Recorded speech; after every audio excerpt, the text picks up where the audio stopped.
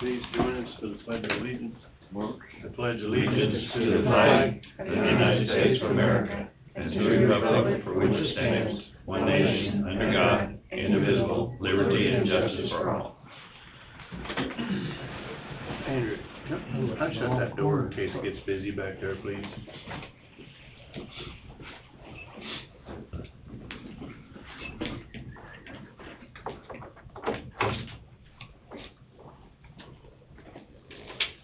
First order of business is, like always, to approve the minutes from last week. Do we have two sets? No. We just got one set, so. I can print this off real quick. Yeah, I don't think so. Can you wait a We minute? still have to approve those too, don't we? Right. Okay. If you can wait a second, that would be Yeah, great. that's fine.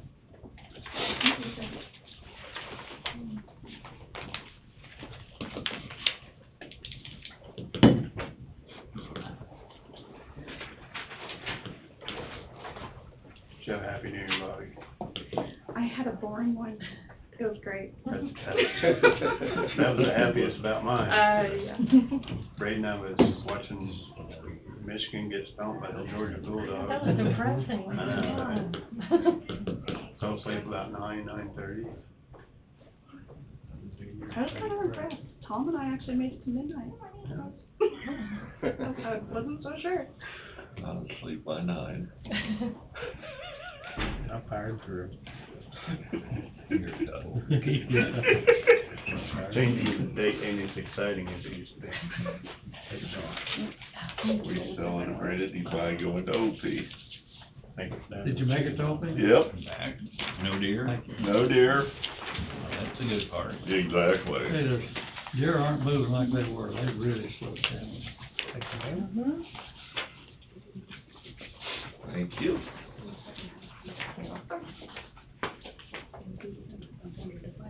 So, need a motion to approve the minutes from Monday, December 27th. All second. Dawn moved, Tim seconded. Any discussion? All in favor say aye. Aye. Motion passes 5-0. Need a motion to, It'd be December 30th. I put December 27th. would be. Caught it.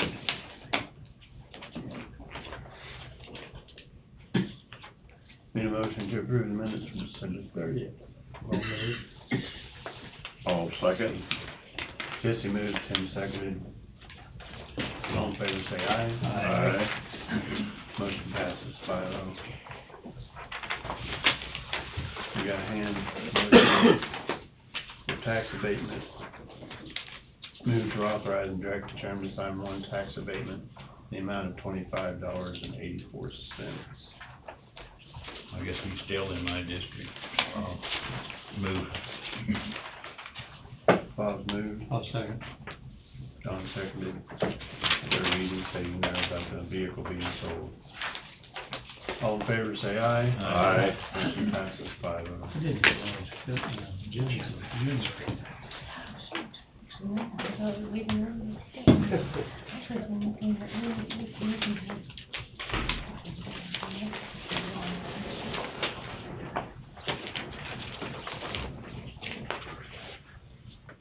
That takes us through all those, and that brings up Angela and Bobby. Yes. Ready? Who next? You're in the hot seat. Uh-oh. So Bobby and I are gonna tag team on this. I apologize, I was gone for CE last week for a couple of days, so she was gonna help me fill in some of the blanks as well. Thank you. You guys received packets previously before. So what we tried to do is answer as many of your questions as possible, and then in the meantime, we have heard from some department heads that have given some of their updated information, so that was helpful. We've not heard from everyone yet, so it's still in the process. And with that being said, we'll just go ahead and dive into some of the items. I know Bobby just handed you that first packet. Well, we were talking about it, Jesse, I know that your concern was the $7 million on this building. And so the valuation, actually, this is the valuation report. It goes by the square footage, it goes by what you have, in the building, construction type, floor area, year build, so on and so forth. So you'll see all of that documentation in there. And that's where it came to the 7.4 million. That is on the page 3 of 3, the very first one. You'll see where it says 7,465,601 is the valuation of that. So Bobby and the little investigator that she is, she did some investigating on this, and it seems as if the square footage of the basement is included on the... What ended up happening, I did have a conversation with Mark with the appraiser's office, which he was extremely helpful. We really appreciate him. What had happened is on the county parcel that is public record, it only had the main levels accounted for. It's just one of one, not one of two. So what had happened was when EMC had come out and done a loss evaluation, many years ago, they were using the public record information as well as their measurements. So there was a discrepancy of about 8,000 and change in square footage that was missing, that was unaccounted for, and we did find out it is because of how the public record reads, and it's not bad, it's just it reads that there's only one level instead of two. So since we've updated that and corrected that, there is an updated valuation in your packets showing with that updated square footage, the total documented calculation of the building is just over 9 million. So you'll see that starts on page 5. So a lot of the evaluation is similar to the ones before. So on page 5, goes all the way to page 5, 6, and 7, 8, and 9. So after that, with the additional basement square footage, it put the replacement cost a little over $9 million. Now, we also did get a quote for the 14 million, just because at one time you said, it's almost half. So we did get a quote for that in addition as well. Isn't it really 3 levels? That's what I was gonna say. It's actually completed square footage, so yes. So you have your top, your main area where the courthouse is, and then down and below. The below, they're giving it half and half, so they're considering it. So they are covering all the square footage. Yes. Okay. When they talk about replacement cost and say we do it at 9 million, say if we lose this thing completely, it takes 15 million to replace it or 20, where's the insurance top off that? Well, you're 100% insured to value, so they've done the valuation, you guys have done that. So you have that blanket building with all of your other buildings as well. So it would be replacement cost. They would replace it to 100%. So it costs 20 million to replace it? Right, but you have blanket coverage with all your other buildings as well, so you can bring some of that coverage over into this. So it would be Yes. totally covered? Yes, because you have the building blanket coverage. Not just for the 9 million.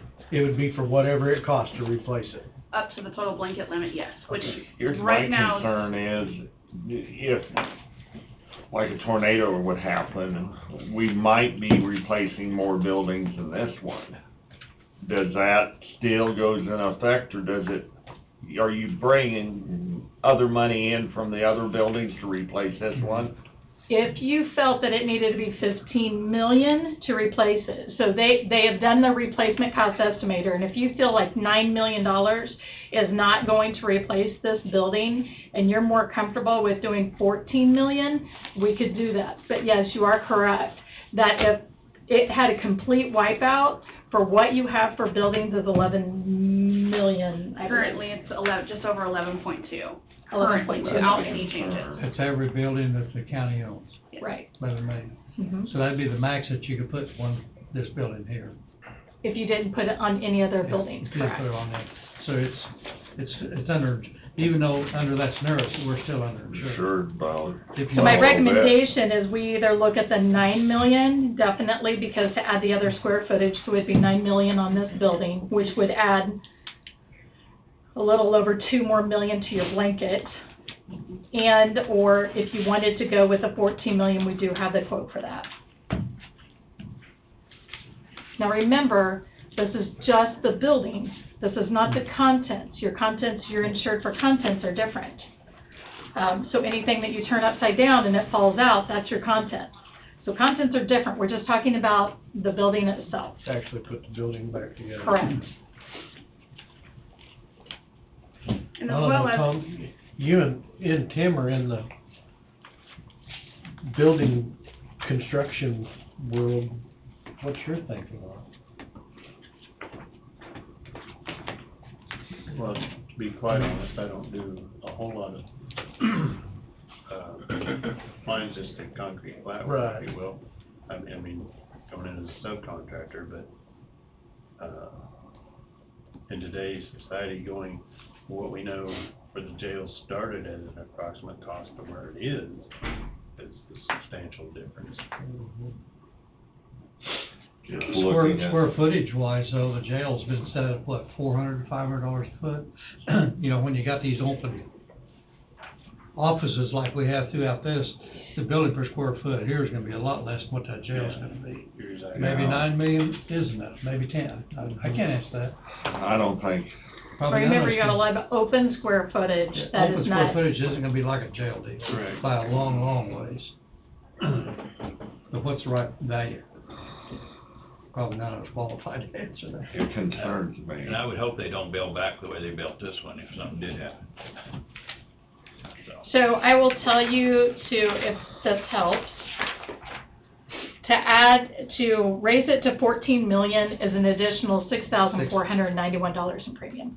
Not Not much. Tom, do you think 14? Well, I mean, we're looking at 47,184, and they got it at $192 a square foot. I don't think that's horribly wrong. I mean, that's probably closer than what it was before.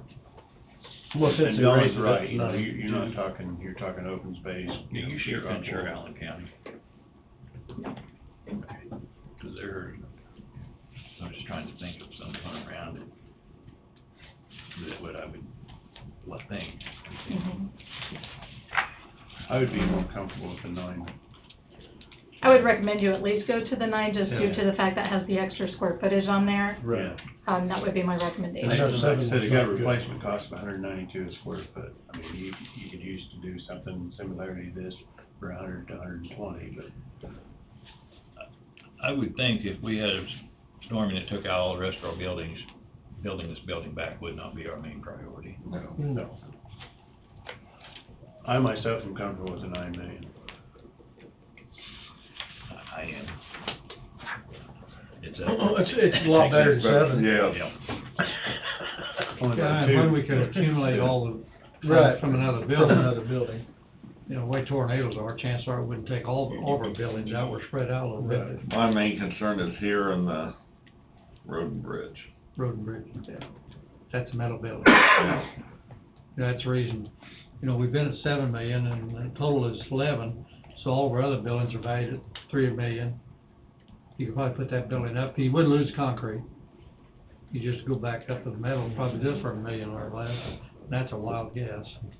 and currently the road and bridge building is insured at $930,000. Maybe, okay. Just for that location, for the office and shop. There's Mhm. also that detached truck storage building that's $475,000, so. I really think, with that extra coverage that can be brought into one site. Yeah. I think I could probably live with the 9 I million. can too. That's mine. I think it's good that we're taking a look at it, though.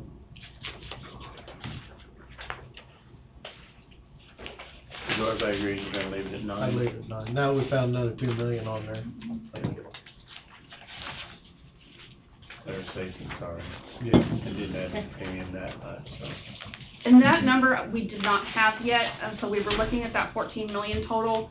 We were still working on the valuation with the square footage on the 9 million, so that we don't have the concrete number, but it'll be, you know, somewhere right in the middle, obviously, a couple thousand.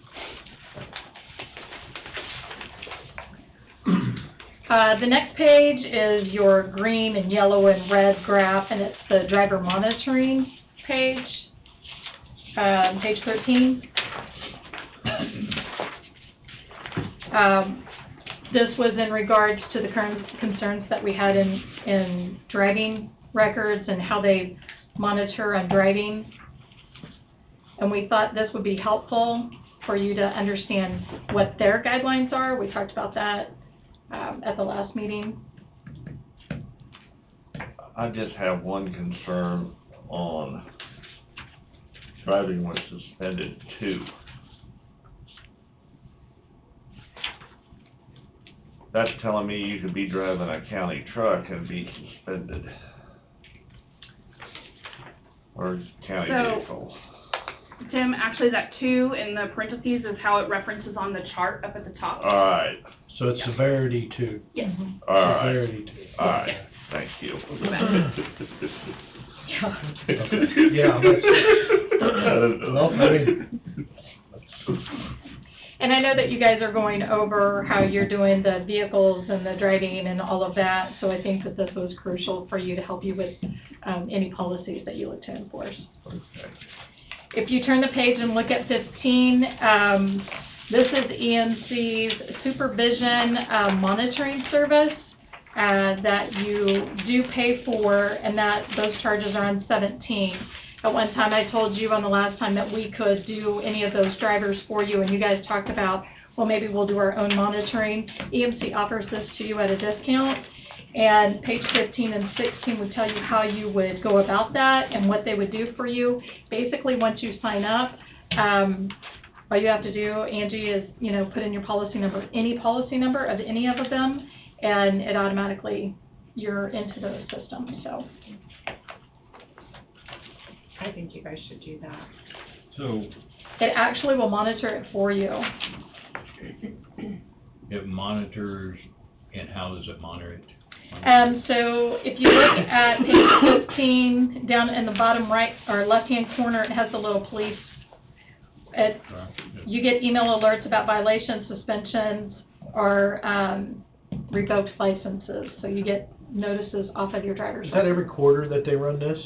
I mean, because you gotta have time for it to get into the system. It's continuous. It's, yeah. It's Well, I actually- understand the monitoring is continuous. I don't know that if it's every quarter or every day. The updated, I mean, you write a ticket, you get a ticket today for a DUI, it's not gonna hit It'll take you a while. it's not gonna hit Mhm. your violations or hit your license until Right. months from now. Well, the problem about that is, though, Jesse, is that you have people that fight it, or they Right. get, expunged or what have you. So, and being just and fair, that they will be able to have their due diligence, or their, they can fight that in court if they want to before it would hit your record. Mhm. Basically like an annual review every so often. I mean, But I think it runs more continuous than that. oh, I'm sure, Yeah. I'm sure, at least every quarter, I Yeah. would think, but a I would minimum think of it's, every quarter. yeah, or probably every month, so you would be getting those notifications.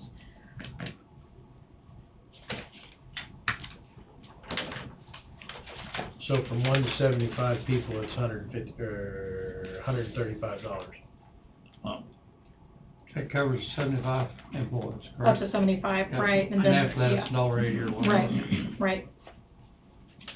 So that's just another option we wanted to bring to you, and I didn't expect you guys to make a decision on that, but I did want to give you that option. Bobby did a great job on it. I know there's some things that you can do to help lower your insurance costs, like safety meetings and this and that, which Road Bridge does constantly. Right. Is this one of those things that would be helpful for that, or no? So it doesn't actually provide a discount to you. What it does is it's going to inform you or educate you when something happens with an employee before EMC tells you. It's not something that they offer a discount to your insurance. They offer you the discounted rate, but it's more of, here's a tool to help you keep track of those drivers and help keep track of that before, insurance comes knocking as the bad guy and it's like, hey, there's something with such and such. There is not a premium credit on this, no. we really haven't had that happen very often. I mean, What's that? you coming to telling us we have bad people drivers. Right. I mean, It's happened maybe, I would say, 4 or 5 times in the last 10, 12 years. What's the premium for that? which is not Premium for, $135. yeah, that's less. That's, yeah. Mhm. Roughly That- 1740 a That's year. that is full premium, For 1 to 75 drivers. yeah. Mhm. To me, it's not that big of a deal, the way that it's actually been working.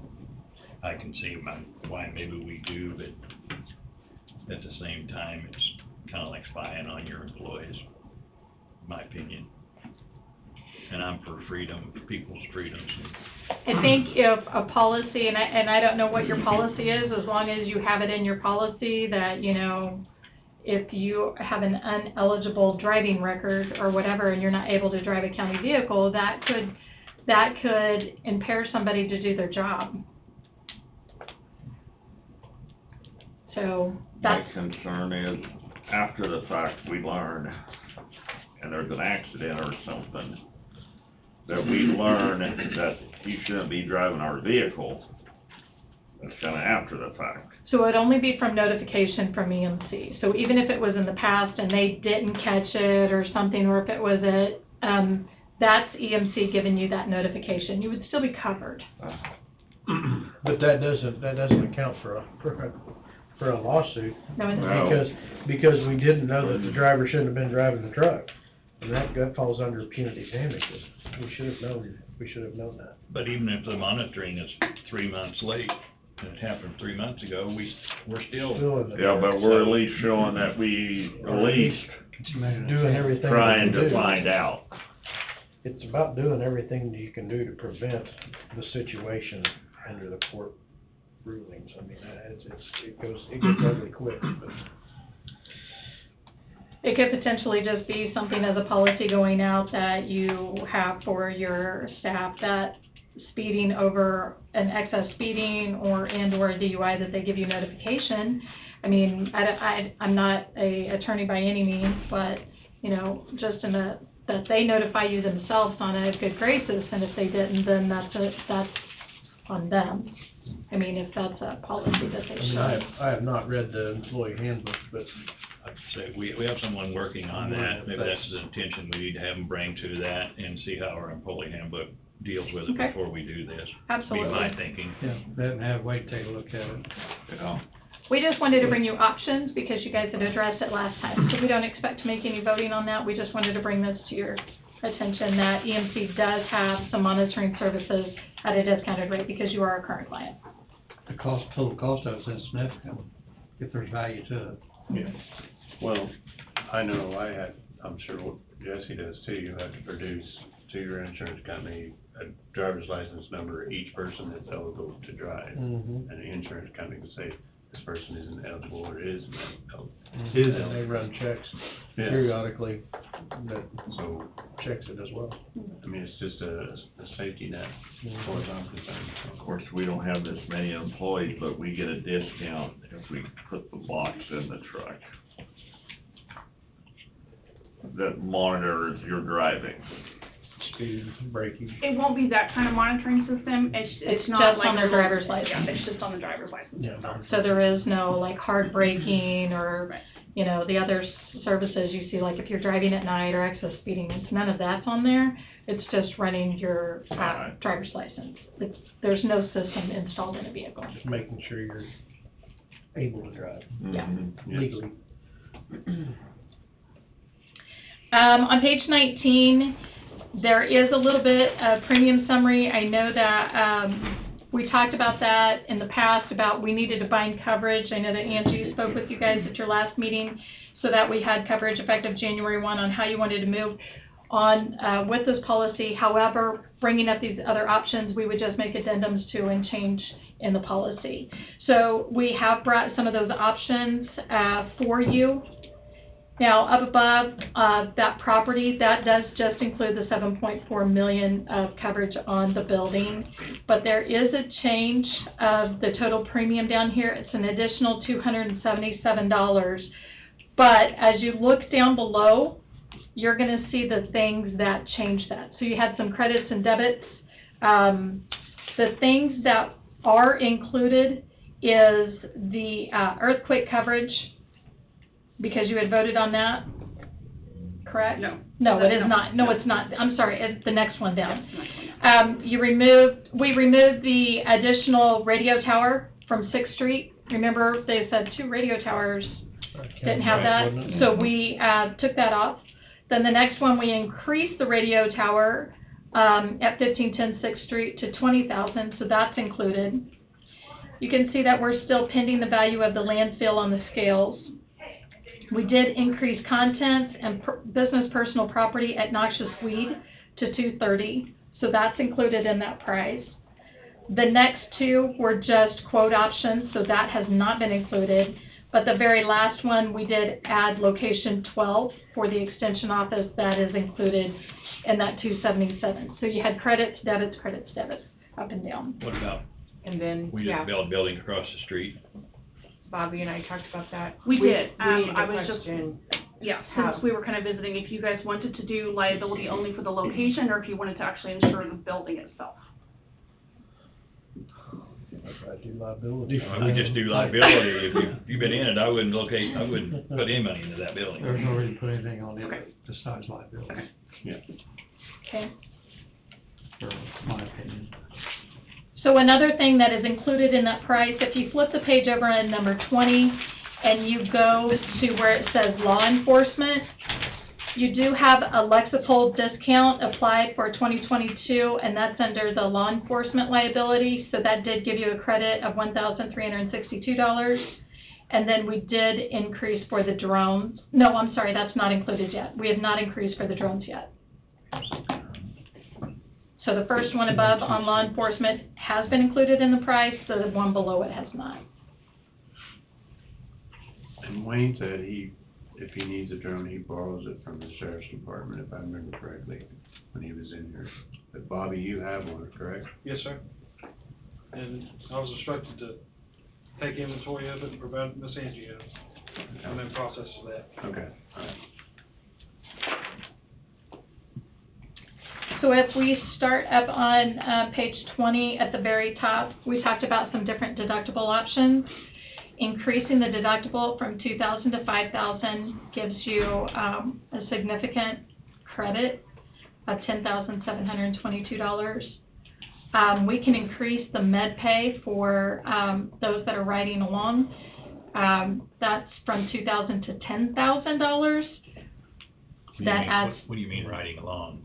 Well, we're going to reach that. Down at the very bottom, on the very last statement, EMC regarding ride-alongs. We're aware that citizens go on ride-alongs. Our stance is that there should be a waiver in place between the county and the passenger before they enter the vehicle.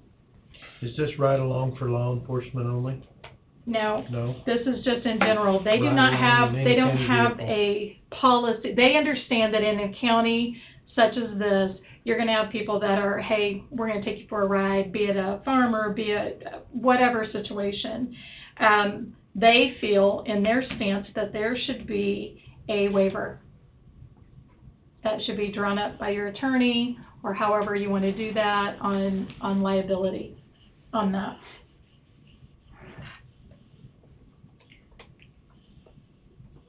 So, and we can get down to that further below. And you feel that piece of paper is Adequate. adequate? EMC sees it as you doing your due diligence, but Jesse, as you know, anyone can sue anyone for Right. anything. That's what I'm saying. Right. Because even if they sign that piece of paper and the operator of that vehicle pulls out in front of a train, the family of the rider is gonna come back on the county regardless of that piece of paper. EMC understands that.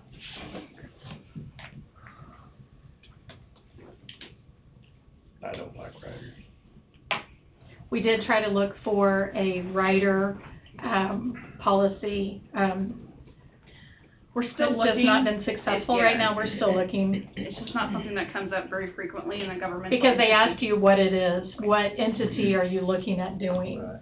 I mean, I can understand a distress situation or something like that. You know, another like a motorist Right. assist of some sort. You know, county pickups out on the crappy roads and somebody slides off and the vehicle's not running, they put them in, take them to a safe haven type. Mhm. I would call that more along the linebacker side. The linebacker covers you for your Only us, decisions okay. and Or a Good Samaritan type deal, but still they're in a county vehicle. But I would be willing to take a chance on something like that. I would And too. I would do that. Yeah, I I would would take too, the chance, but- you know, if But putting mom and the kids in the county vehicle and taking the kids to school, or picking the kids up from school, or taking the kids, you know, wherever, or even father, it doesn't have to be mom, it can be dad, that is bad. In Jesse's situation, you're not gonna have the paper to sign anyway. You're gonna do it because that's the right thing to be doing. As far as a motorist in distress type situation. Exactly. Yes. In an emergency situation, something like that, it's the right thing. So don't worry about it then. You worry about it after on that situation. Anyway, I do. It's a tough decision, and there's gonna be people that's not gonna like the decision, but I know what my decision would be, but. Okay, so, I will go on with the auto, and then we can discuss that a little bit further if you would like. We also looked into a $10,000 auto deductible, and EMC does not offer that. To revise vehicles over 10 years old to liability only, so we just did a blanket. And when I say we, I mean Bobby. She did a great job on this. Vehicles over 10 years old to liability only would give you another credit of $11,727. Now, I understand there's some of those vehicles that are higher priced and you may not want to do that, but we just did a blanket cost. So we can go line by line if you want to and decide which ones you want to have liability only or not. As we were going through the review, vehicle number 123, it was a 2006 International, and that's been returned, so we've removed that vehicle off of there. You leased it from Anderson County. Yeah, I think it was a little tackle truck, I think, spray truck. We had talked about the workers' compensation in the last time, and we agreed not to move any further with that, or you agreed to not move any further with that. The cyber liability limit, we had that on there, and I agreed, on the last meeting, did we move that? We did not. We had started the discussion about the current 100,000 that you have. It's a very low number. Oh, that's right. Yeah, we had not made any decision because we wanted to see what that additional 500,000 or potentially $1 million looked like. So those are additional quotes that we're bringing back to you. On the law enforcement, to add the drones, you see that option on there as well, and we will do that. That's already been brought to our attention. So this would include Bobby's that he has, because it's 1 to 6 drones, not just under law enforcement? It does not. So Bobby's will actually add separately under his department, underneath the regular liability. This is just for the law enforcement. We're going from 1 drone to 6 because of how many they have. They have 6 drones? Yes. Okay, where it says 1, from 1 to 6, I just figured that was From 1 a drone number. to 6 My drones. apologies. Yes, Okay. my apologies. We're I going figured from a 1. number in between 1 and Yeah. 6, so they've got 6 drones? Yes. Okay. So Bobby don't have to. You'll need do to it. add 2. So that's another $830 for 1 drone. It'll actually add about $166 Yeah. per drone for the Okay. sheriff's department because we were increasing such an amount is why it added that 800 and change.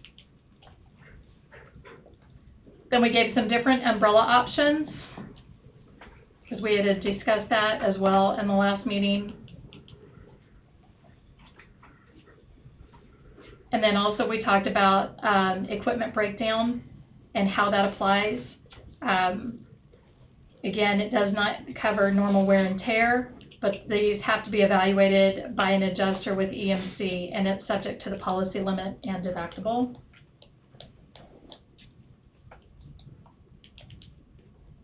So, for example, if your phone system gets hit by lightning, or something breaks down, or it just, at one time I think that we had a claim that a refrigerator quit and it had some immunizations in it. It just stopped. There was no wear and tear problem on it. EMC came in and they took care of the immunizations and the refrigerator, and that was reimbursed. So that was your equipment breakdown. But You can't just say, oh, we went ahead and got a brand new refrigerator and did all of this and all that stuff's thrown out. They do want to come out and adjust it. So you would just move that to the side and do your due diligence of going ahead. Obviously, you need to order more immunizations that report the claims. So this has not been decided? No, equipment breakdown's automatically on it. We It's just were automatic, discussing, okay. yeah, we were just discussing it, and I wanted to go into further detail with you on that. So it's included. And if you, it's one of those things, if your department heads are ever unsure what happened to something, it's always better, like Angela mentioned, to file it, let EMC assess it, because sometimes something can be covered without thinking it's covered. Mhm. And then below are just a little bit of the discussion items that we had talked about prior before.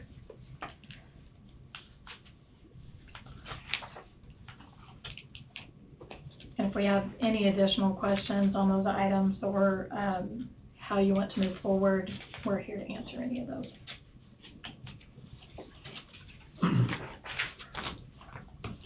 So back up at the top, do you want to increase the deductible? I would, I would. personally. What's been our history on that? Okay, On auto claims, on that increased deductible from 2,000 to 5,000, what's been our history on that? most of the claims in 2021 that were paid out were right around $2,100 because the $2,000 deductible had already been subtracted.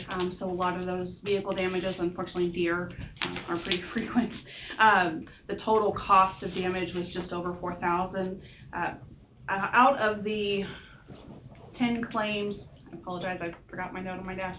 Out of the 10 claims related to deer, if you increase your deductible, that would have taken your claims down to 2, because you would have paid the rest out of pocket, because it would have fallen underneath that $5,000 deductible. I have a question, and we had this happen a few years ago. We had a cop car in Waverly and a cop car in Lebo. Both of them got hit by a hailstorm. Was that one deductible? Per occurrence. Because it was the same storm? Yes. Okay. So if you had 10 vehicles hit by hail, it's one deductible. At the same time? At the same hailstorm, yes. Same storm, Yes. okay. Everybody drive to the storm. Okay. Nobody drive to the storm. Okay, that's Drive right. away from the storm. We gotta go watch it. I believe we just had one here, 3 weeks ago, Mhm. up Lebo. So, You want to increase the deductible? are we gonna vote on it? Well, I mean, you just need to give them an answer, I mean, so I'm for it. And if you want to change these later, if you guys want to discuss this later and then give it to us, we can adjust it at any time. we can have a work session on this after today's done if you want. That's fine. Not to mention, she said on the, change in liability on vehicles over 10 years old, I think those need to be Assessed. picked and chosen. Some of them need to be one-line items, probably. Yeah, so, because some of the dump trucks, I doubt you could. Right, Mhm. right. And today, for we're just coming to $5,000, give you geez, guys right, but- options of what we previously discussed. So these are just clearly options and some dollar figures behind it so that you can make whatever decisions you need. And if you need more additional information, you want us to go back and do additional quotes, we can. You don't need to make a decision today. You already have bound coverage, so you're already covered. What do you guys see in your cyber security limits? What do you see in a lot of businesses doing? In bigger businesses, up to $1 million, I have $1 million in my agency. Yeah. And is this per incident or? Alright. And one of the things with cyber, a lot of people think that it's from outside individuals coming in, from someone that's hacking your system or from locking down your system. It's also protection for your employees' information. In the event something happens, I think we all saw a news article many years ago about a dentist office that was being cleaned out and a box of employee files got put into a dumpster unintentionally. That was a cyber issue. That was a data leak, because all of that information was open to the public. Again, unintentionally. So that is also built into, I know we call it cyber just because it is based around computers, but it's a bit more than that. You know, we're here to control costs, but as much of that stuff is going on, going up to millions, just to have over 1% of our total premium. probably a no-brainer to increase it to $1 million. I think we can save it in those other places. Yeah. In my opinion, probably move it. I mean, it's probably gonna be something that you're gonna spend money for the next 10 years and not ever have an issue. But that one time you have that issue and they find out It's the gonna bank hurt. records of what the county has, you're gonna be looking at a lot more than that. Yeah. It would definitely hinder, I think, any business to do business. I will tell you, and of course, I'm not gonna release names, but we've had, in our book of business, and we write in 7 states, we've had 5 cyber claims. So, Concerned. not TrustPoint themselves have cyber claims, our other clients have had cyber claims. And was there ransom? I can't say. You can't say. More than likely, so. Why would they do it? Nobody does it for Not free. They don't know what to say, gotcha. Yeah, No.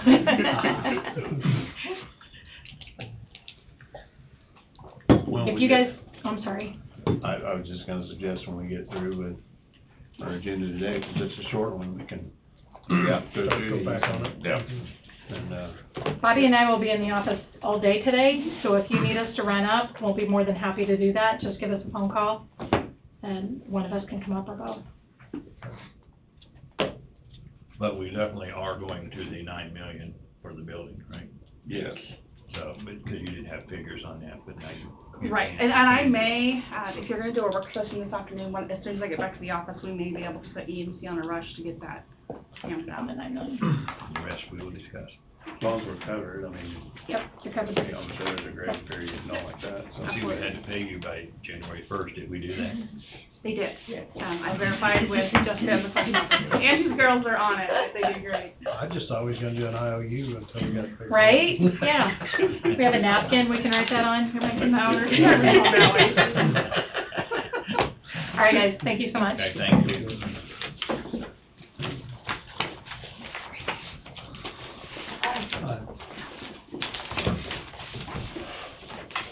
Yeah, 'cause we just got Bobby, so, Mr. Skipper, and then, of course, see how long he eats up. I'm trying to continue. We don't have to bring this down. I hope everybody, good morning, Commission. Good morning. And I hope everybody's had a wonderful, Christmas and New Year. And I'm here with, to ask the Commission today to review and approve the loan agreement for Marybelle Cafe and Bakery. Forgive me for not providing this before, but I was going back and forth with Wade. He's still out, but, he wanted a few changes made. And, Has he approved this one? yes, sir. This is his final approval. The final. The final. This particular loan note's a little bit different than some of the other ones. It has provisions for transparency and accountability. We have the right to request, any matter of financial documents at any time. We have the right to, enter into the premise to act as an operator.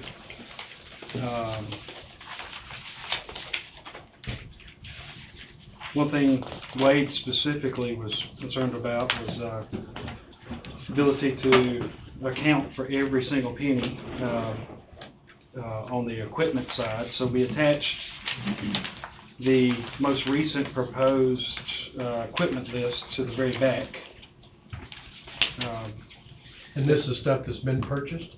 No, sir. So the serial numbers are Correct. correct. So once that is done, then we have to update this. with That'll be serial updated. numbers.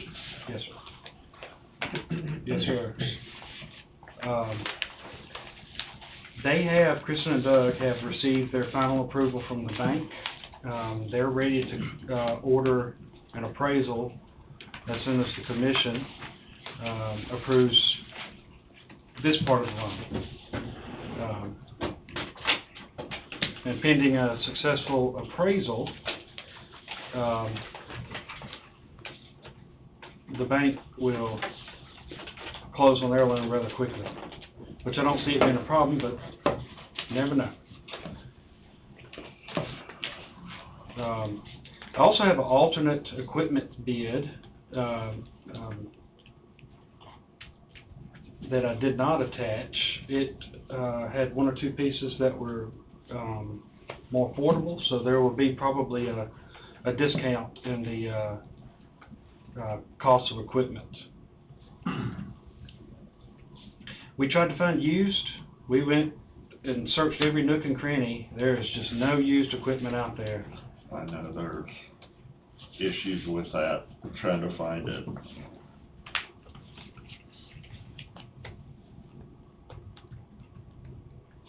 Everybody's got a shortage nowadays. Yes,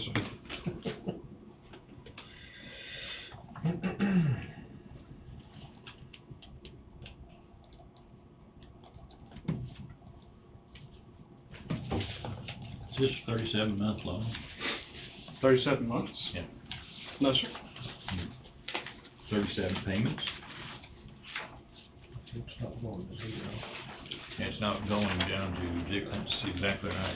Oh, forgive me, I didn't attach because it was that thick, the amortization schedule. Okay. I didn't attach the whole thing on, just for this purpose, so you wouldn't have to review through 100 pages. Okay. Yes, sir. I just, when it comes Mine's got down to 180 payments. Yeah, 180. Okay. But Well, yeah. but it wasn't on there. Right. Right, number of payments. Cost of a mixer's unreal. Yeah. There was a point of contention in the beginning where I was fussing. I couldn't believe the price of the equipment, and I was saying, you gotta do better, you gotta do better, was, they were getting frustrated because there was no better, and I didn't. Even on a used one, it's gonna be up there. Right, You're looking at 7,500 to 8 on a used one. that's right.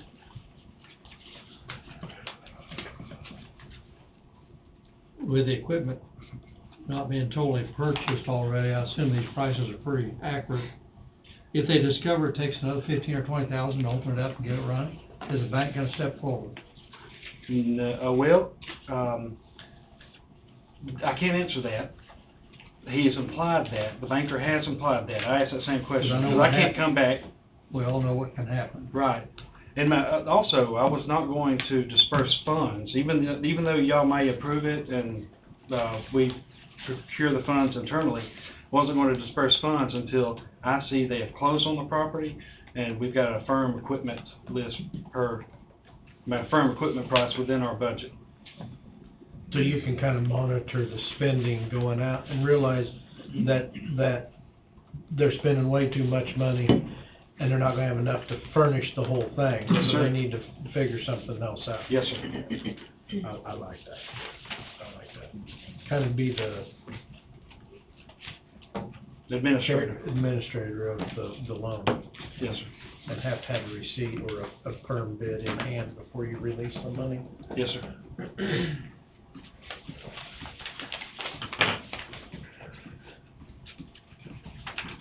Works out, gonna make 3% interest on it, isn't that what it was? Yes, It's 3% interest? Sure, it's set at 3, yeah. So. And where we've got, and where we got the right to go in and serial numbers, inventory type thing, I mean, your loose inventory, everything that falls out. Yes, If you turn it upside down, but these ovens and stuff like that stuff, mixers.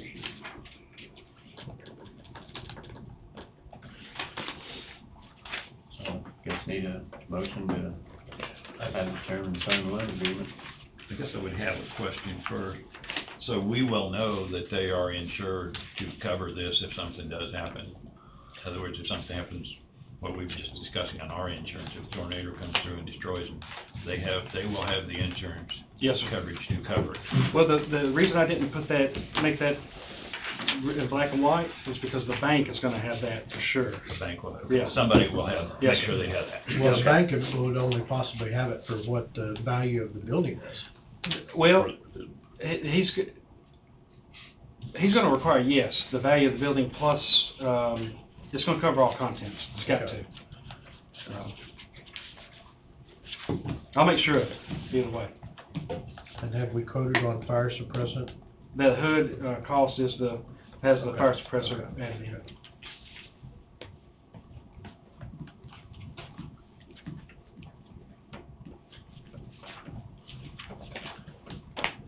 does go south, are we got in first position? On all soft fixtures, yes, and we're second position on the property, with, a right to, purchase the property for principal balance. So let's say they operate for 4 years, pay the building down to something affordable, and they still, aren't able to service our piece, they default, something happens, we're able to secure what equity there is. Whereas our soft position is more likely gonna drop faster in value than what the property will. Right. I'm not gonna say it's pennies on the dollar, but it's gonna be 50% day one. But in a sense, that's good that we're second on the property because it maintains, stays on the tax roll. Yes, sir. Mhm. Yes, sir. Exactly. Yes, sir. We got a motion for this? I guess the motion we read to approve the Authorize the chairman to sign the agreement, I guess.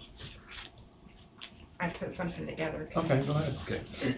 Move to authorize and direct the chairman to sign the loan agreement and promissory note between the Coffee County Commission and Maribel Cakes LLC at a sum of $117,000 with a 3% interest rate for a period of 181 number of payments. Sounds good to me. I'll move. Jesse moved I'll second. and seconded. Any further discussion? Are these monthly payments, or can they make 3 or 4 payments at a time if they choose? They could, yes, sir, they can make lump sum bulk payments. Doesn't Okay. say if they can't, doesn't look like. You just have to meet this requirement Yeah. at best. Yes, sir. Any further discussion? All in favor, say aye. Aye. Motion passes 5-0. Thank you, Commission. Hope y'all have a good day. Thanks, Bob. I wish you the Thanks, best of Paul. luck.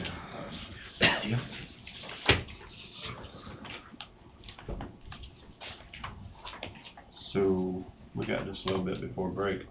Do you have an agreement for Tom to sign? We need that. You want me to just Yeah. sign one of these? Let me get you the full complete, Okay. the one with all the amortization and everything attached. I'll bring it back up. Go ahead. Bobby, on that dishwasher, the warranty 1 year, see if they can't do a little bit better on that. I didn't know they were flexible in warranties. Some places are, Okay. just to cover them. Okay. I will. So Thursday, when we were talking about signing on the church property, moving some stuff over there, Andrew had mentioned that the previous owner said he had still had 38 feet he owned. So I was wondering, okay, what did I see to maybe mislead you, or even mislead myself as to make the statement that the property went to the backside of the building of the lumberyard. So this is what I was looking at, and those lines would lead you to believe that that's where it's at. So we still have 150 feet basically from the east sidewalk along 6th Street west, so ample room there to do plenty things. And then I did speak with Wayne, and his license does let him establish 4 corners on that property as well as the ag property, so we know exactly Where the boundary where the line is. boundaries are. So, again, I didn't mean to mislead anybody, and so this picture to me is somewhat misleading as to where the back of the building actually is, so that's why, So the previous I mean- owner was Burlington Building? I mean, the. yes, sir, Okay. yes, sir. In a sense, that might not be bad too, that he has that property. Because we can still put our parking up to our line, Yes, sir. and then it's his responsibility. Yes, sir. So that might be So- a good deal. But anyway, after she made that statement, I'm thinking to myself, okay, what made me tell you guys that? And so, what did I see? Understand. So I just wanted to show you what I was seeing Right. to make me think Yeah, 'cause this was, that's where it went. this was in the contract, wasn't it? Yeah, this. Actually, it is. This map was in the contract. Yes, sir. I'm correct, right, Bob? Yes, sir. This one is, That was the exhibit for those property lines. exhibits for the contract, this one right here. Yeah. Which, like I say, when you look at it, it's like, yeah, that's the back of that building. Mm-hmm. Obviously, it's not. It's, So, it's very likely, that once, a survey is performed, that, the former property owner may be incorrect. I can't see 38 feet there. That's not even a lot. Yeah, I'm trying to figure out why there would be just 38 feet. Right. Well, for me, the first basically lot is 88 feet. See, and the that's next what one's I'm looking at. 62, so who knows, we'll just, if Wayne's license lets him do that, we get those four corners established, we'll all know for sure what it was. You Exactly. can't argue with the survey. But there's ample room there if that building was not there to do a municipal parking lot if needed. Yes. And Bob, you said you went in there Thursday? Yeah. Who's in there? I can see why he wants to get rid of it. Talk about trash. Move-in ready? That's sad, that's really sad. No. Bob, is it move-in ready? For you. Move in ready for a bulldozer. It's, yeah. Except for the windows, It's maybe sad. some of the light, all the woodwork stuff's fine, nothing in there's oak. I figured it might be all oak and maybe quarter solid oak. But all the doors are solid doors, not an issue of the door quality, but they're all fine. They just need to find the right They're fine. individual that would wanna piece maybe that out, and I know there's some companies in Kansas City, I've drove by them before that, gosh, I'm sorry, I'm losing terminology, but they buy these kinds of things to resell, and refurbish to resell. Even the pine, it's good It's wood. good, it's good wood. Good quality wood. I was just hoping that was gonna be, and the windows on the inside look perfect. The outside, you know, the sun is put a film over. The inside of the windows, so there's, ought to be some good value. Yeah, What you got for, it'll just take some, Another mission.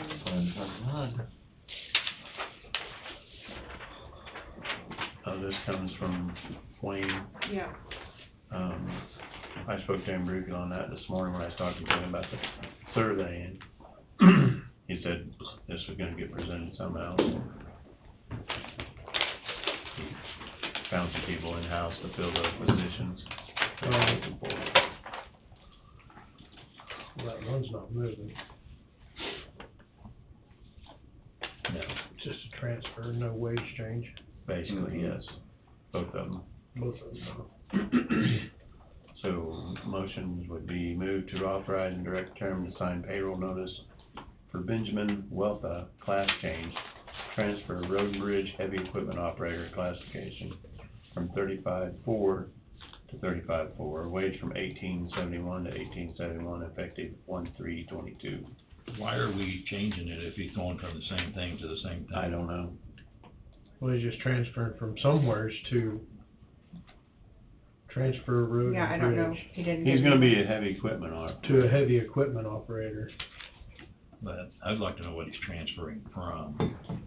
That the classification is staying the same, everything's staying the same, well, why I don't know why we're, Well, you're just putting him in a blade, basically, is all you're doing. He's just going to a heavy equipment operator, 35, yeah, 35-4. Yes. but it Anyway. The doesn't. next one says the What same thing. is, Welta and Iceland, what were their previous positions? They're on the CP2, it shows that they were assistant fleet, and now they're going to section blade. Okay, Same position, same pay. On section blade, it requires 5 years' experience before you move up to specialty equipment operator. okay, so they were previously assistant fleet. Yes. Okay, is that good? This for me. Yeah. Thanks, Wayne. All right. Under the classification of 35, there's 4 different departments out there in the highway. Construction tradesman We can add from assistant fleet. Heavy to equipment, heavy equipment mechanic. operator if you want. and zone Let's do administrator. that. It makes more clarification. Yeah, I mean, There's 4 different departments, he's got 4 different areas under that group 35. if it was moving from the same thing to the same thing, I mean, to me, what was the point of, Bill, they got 4 different classes here. Okay. Change it from assistant fleet to heavy equipment operator on both of those. Section blade. Yeah, can we Oh, just, add section section blade. blade to that? It's, have equipment operator probably, but section blade. Yeah, it does So have heavy we, equipment so we will operator. know that that Okay. is what they went to.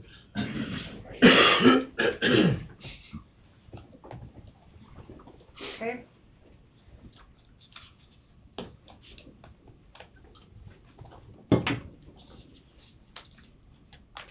Done.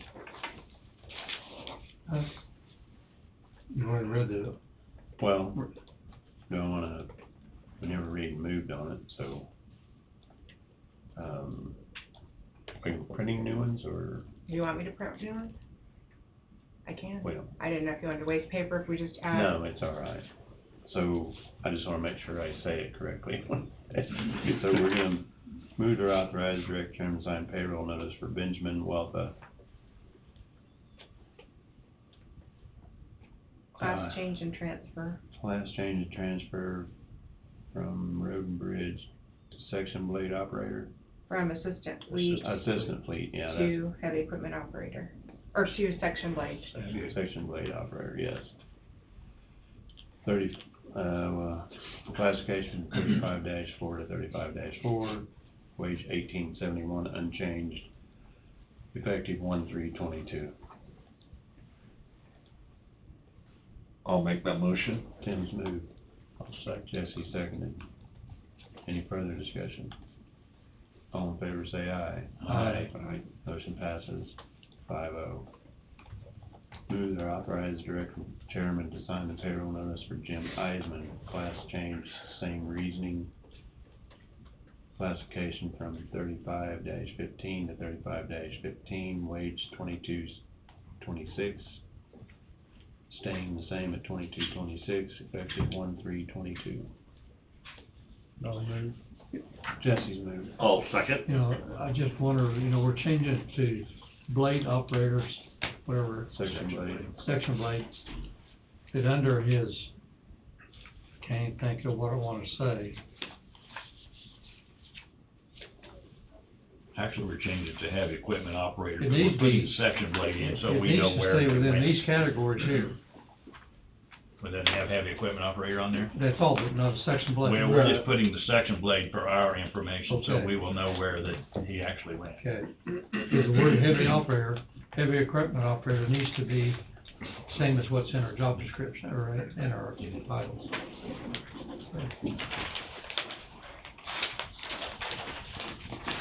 Anybody move? I move, and he seconds. Austin second. I seconded. All in favor say Aye.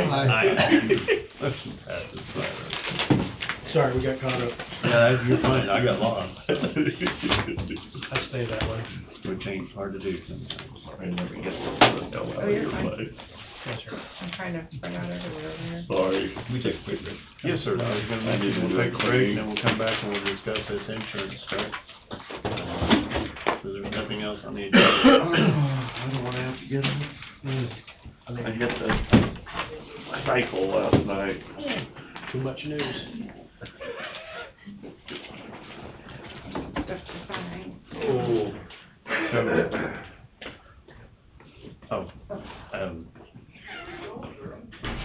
Have you seen, Dr. Oz gonna run for Senate? Yes. You haven't seen that one yet? Yeah, the Dr. Oz show, they're after him. Oh, They don't want him in Oh, there, I don't. cause he's not a politician. Oh, perfect. He announced No, you need it. to you need to listen to his ad. First time I seen it the other day, I was like, whoa, that's a bold statement there, Joe. I'm on your side. I like you already. I guess there's no reason to keep all these papers. I know.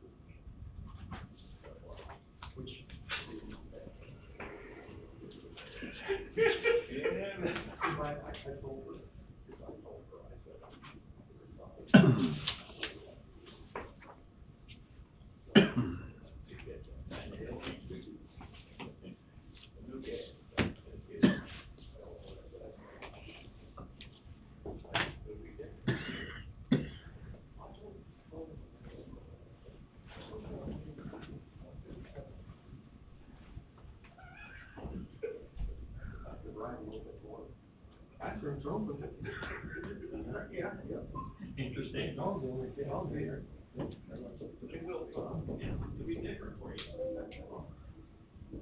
So that's county attorney secretary's office? It used to be where Donna's. Right. But, when it's new people's right there. They got this and everything other. Yeah, we got black dogs, you can't even really see it. That's just like a black curtain. Yeah, she's been there before. It almost, you want that clear in case of fire. Or some type of disgruntled. How wide should our lot, how many feet does it say? 150 by, It's 88 and 62, which would be 150. See, that's what I. And I think 100, what did it say, 150 to the north, like the length of them? From east to west, it should be 150 feet that we own. Yeah. like I say, when you look at it. Without that, any of that lot, you don't come up with 150. I imagine that's gonna get interesting. But he's got 200. Yeah, there's a red number on that map. We got 88, 62, and then he's got 200. It's what that map says.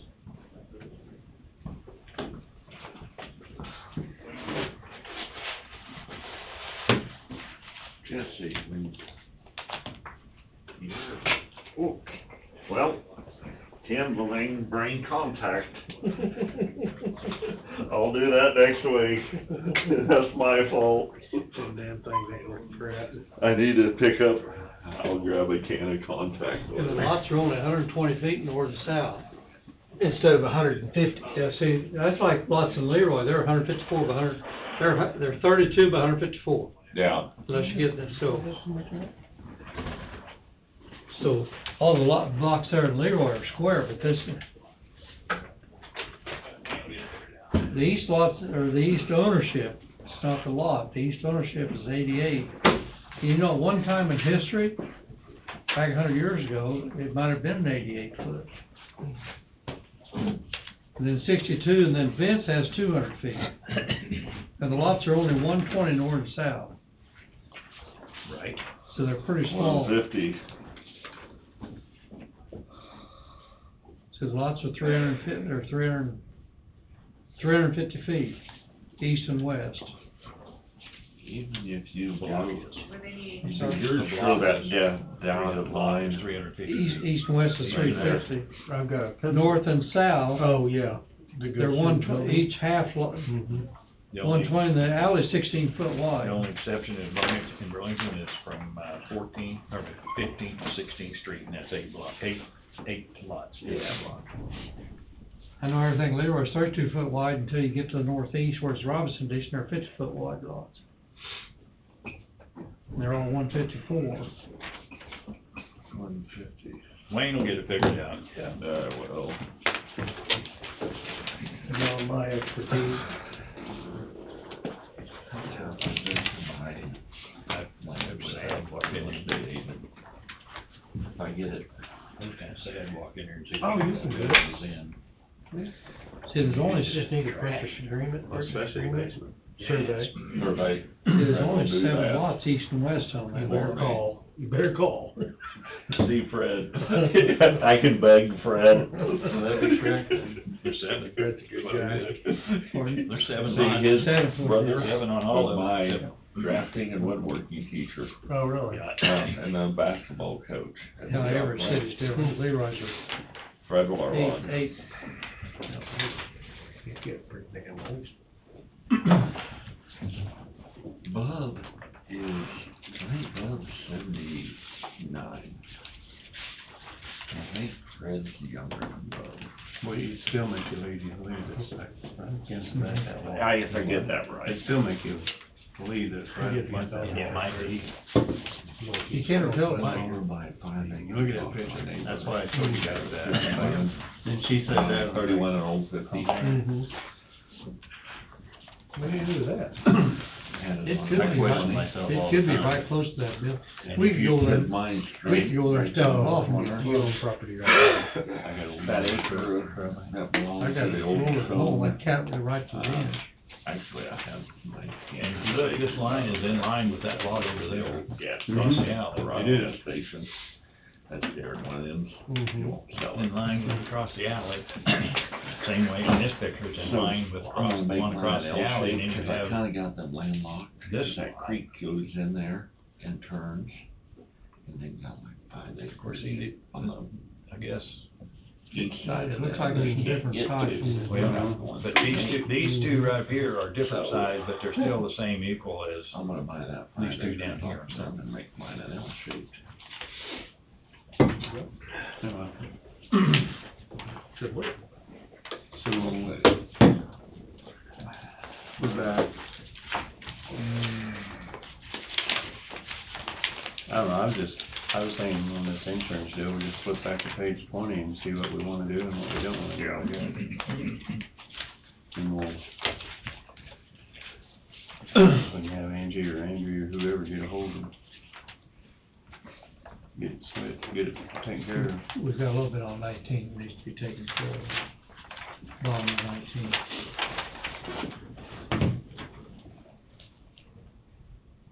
Oh, okay, you're right, thank you. Did you get one of these? Yeah, that's what they said. 6 drums. This is what we're gonna go. Today, I didn't know. Alright. I would do 1 or 2. I'm thinking, yeah, maybe 1 or 2.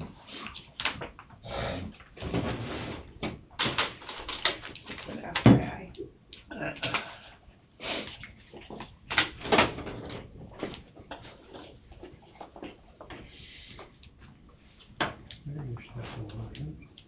You know, the scales for landfill, Well, down, their opportunity of them anything ever happening to them is pretty darn slim. It's smaller than slam, really. yeah. The Only scales thing, are, the computer system, what about lightning? well, the lightning would take out the computer part of it. Is it a beam or is it a computer out there? And I was just out there a month ago, I didn't look. I think it's a beam. If it's a beam, it'd be, at low profile scale, It's not gonna go anywhere. tornado ain't gonna. No. No, it's not gonna go anywhere. But I just wanted to make sure that it was insured. Yeah. That was the question, was it not?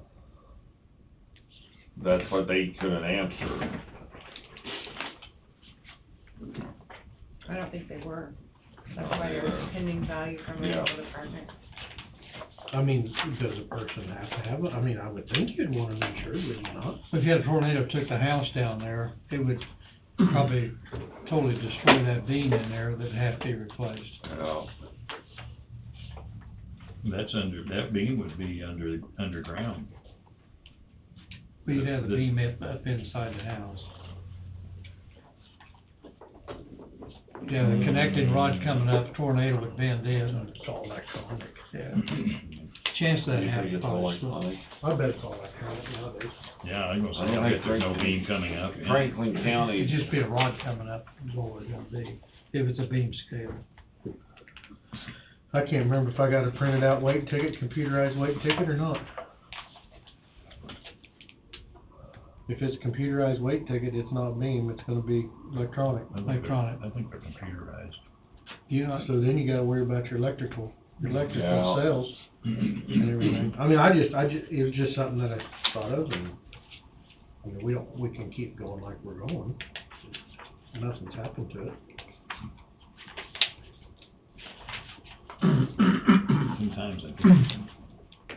Oh, you can. You can. You can.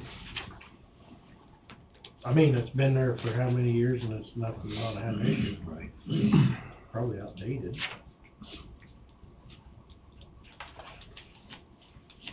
So should we start on page 19 then, go on the top? Excuse me. So increase earthquake coverage from 1 million to 14 million.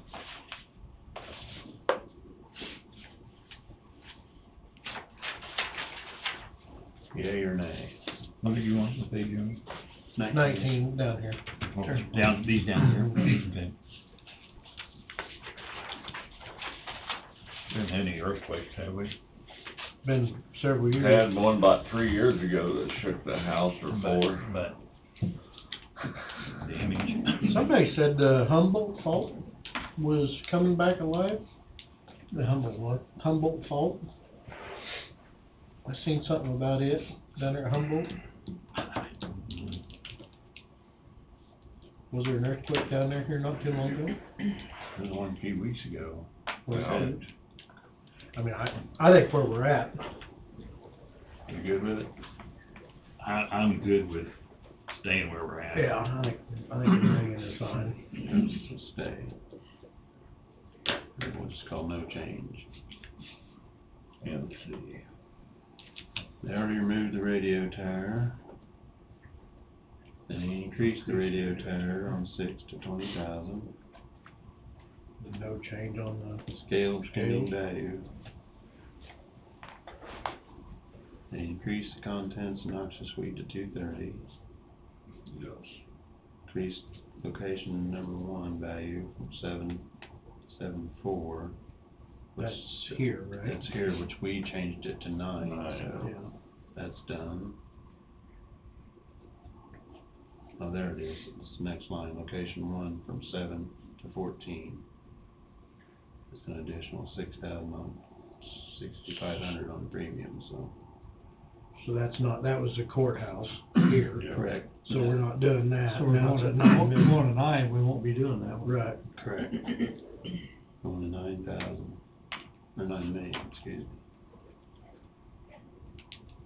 me. They added extension. And the first will be liability. Correct. Wonder whether the commission, will they come back and tell us what that, They had $350,000 replacement on it, if I remember correctly. It was in this book they gave us last week, it was $350,000. 340, he's got 342 on it. 342? So we'll go back to page 20, top. Put on that on your car. Mhm.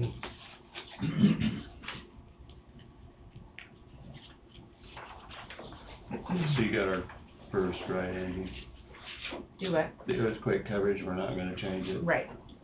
Yeah, the only change you have is The 9 mil. the 9 million Okay. and no change on earthquake. Okay. So you wanna increase deductible from 2 to 5,000? I think a person should, it's gonna wind up having some less claims in a year's time, which is gonna help with your increase of premiums, Yes. I think. I mean, you're gonna pay it one way, you're gonna pay it one way or the other. Chances of it coming back and biting us is probably pretty small. Well, and if you switch to, I mean, one of these days, if you switch to another agent or another company, sometime, you know, the amount of claims that you have, they kinda look at that. Yeah, Yeah. they sure do. $5,000 deductible is not anything for Yeah. automobiles nowadays. So we are changing it to $5,000 deductible then, everybody agrees, I agree. okay? Medical.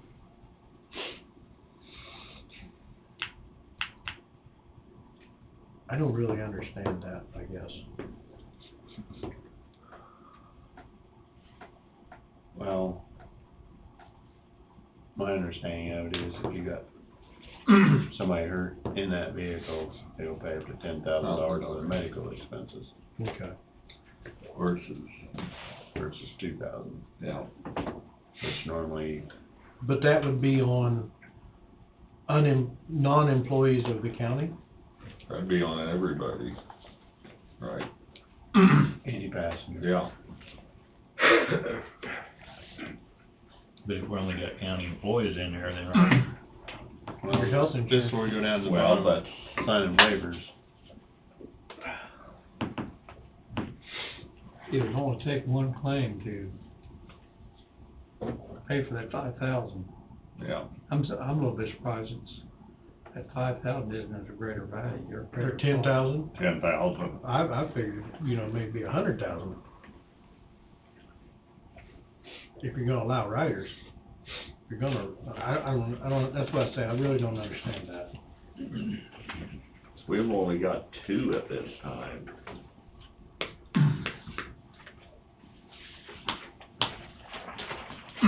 We can sure have Bobby come back up here in a little bit. we could, well, like I said, we could get her on the phone and have her clarify that. Yeah. 2,000 medical is what we're asking. 8811. Let's go. Thank you for calling Trustpoint Insurance and Real Estate.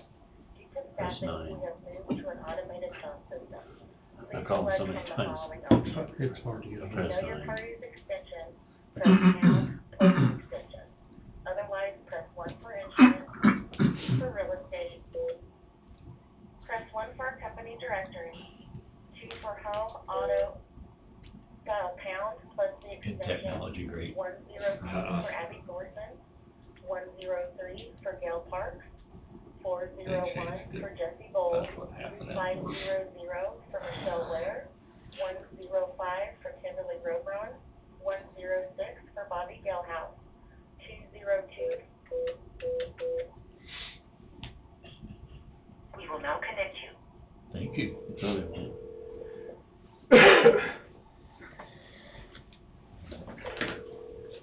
Good morning, thank you for calling Trustpoint, this is Bobby. Hey Bobby, this is Angie. I have you on speakerphone in the commission room. They have a few Yeah. questions for you. Absolutely. Okay? Bobby, the, increased medical payments from 2,000 to 10,000? Yes. And is that for riders?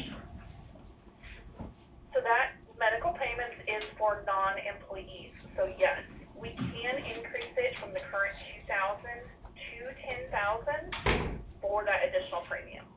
And that is annual, policy-wide, that's not per vehicle. Okay, so, but if we decide to not have non-employee riders, it would, That would be just a judgment call for those instances like you just meant, or like we visited earlier, or those distress situations. If someone else were to be in the vehicle, because right now the county would only have $2,000 under the policy for non-employees. okay. My thinking is, in emergency situations and stress like that, I don't really care whether the county covers anything or not. We can get that person somewhere to save a life. I don't care what it costs. Well, isn't there something about the Good Samaritan Act? There is, and it's also underneath your actual business liability, for the act of an employee in a Good Samaritan type of situation, like you mentioned earlier, Jesse. So if we had a motorist in distress, was gonna take them to Casey's so they could wait on the vehicle. If we got in an accident, that would not, the Good Samaritan Act would not cover that? Or would the county liability cover that? Well, the county liability, so the first thing that would step in, no matter what, and Jesse, I know you know this as well as other gentlemen, you know this, auto is first, no matter what. Yes. It starts kind of anything. So it would pay up to the $2,000 for medical bills that person sustained. In the event that person did pursue additional lawsuits or additional recovery, there would be a defense under both the auto as well as your liability for the act of the employee, just in their regular, as long as it's in their scope of duties, and in their regular line of work type of situation. However, the concern is that is all going to be your defense.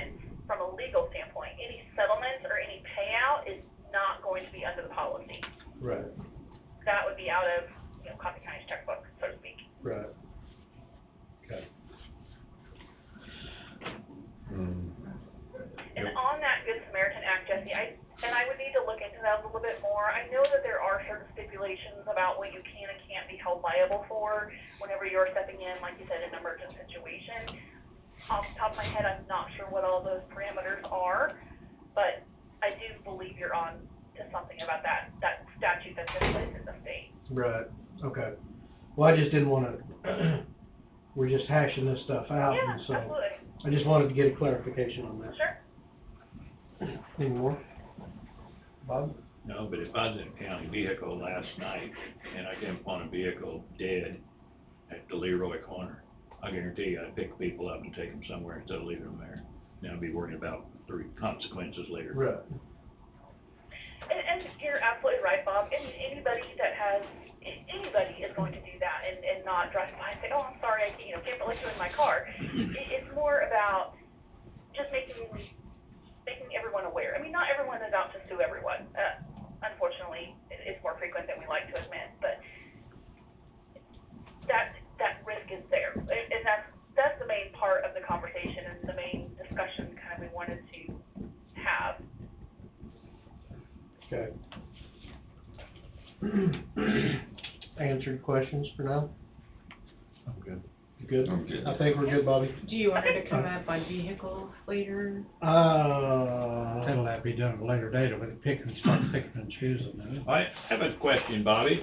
Yes. Let's just return that around. I'm in a county vehicle and I'm driving down the road and it quits and it's 0 degrees.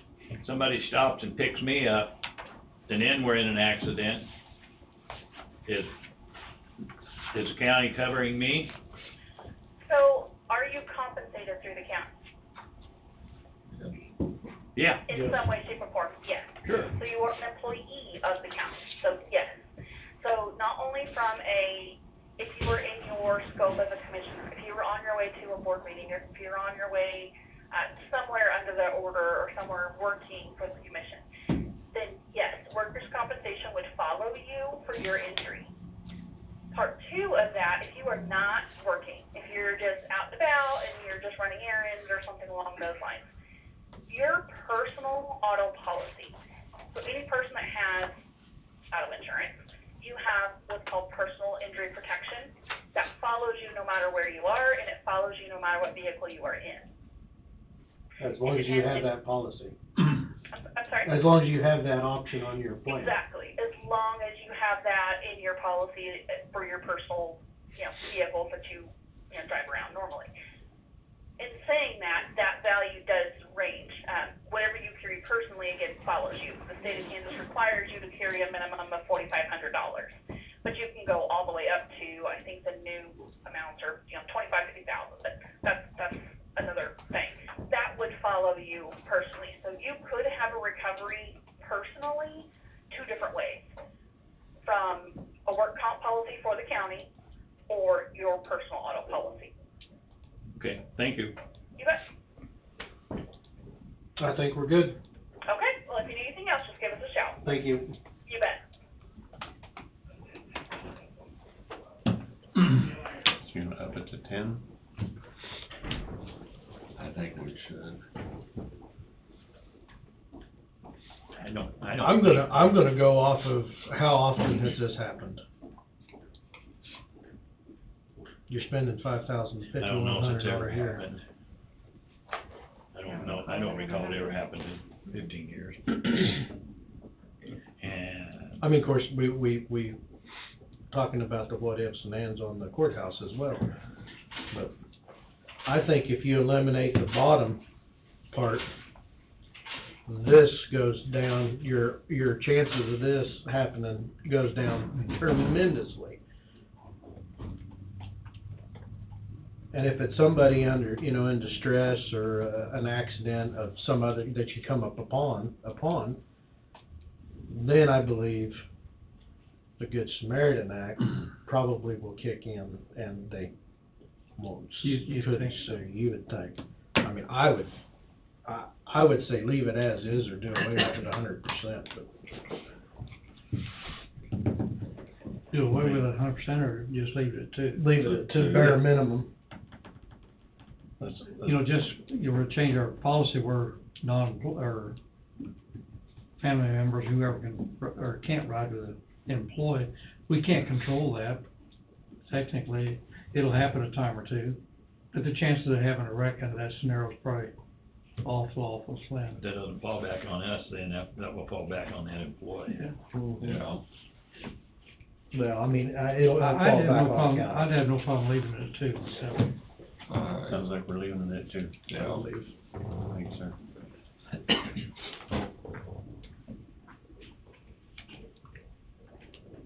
Revised vehicles over 10 years old. I knew this one was coming up, so I was kind of looking through there. To say highlighted all the ones 10 years old. And if you notice, most of them are larger vehicles. And I've been kind of looking for an older, smaller pickup. Not long there. Well, no, I mean, just for me personally. Now's not the time. Well, even when 10 years old and older, they're bringing 10, 20, 30.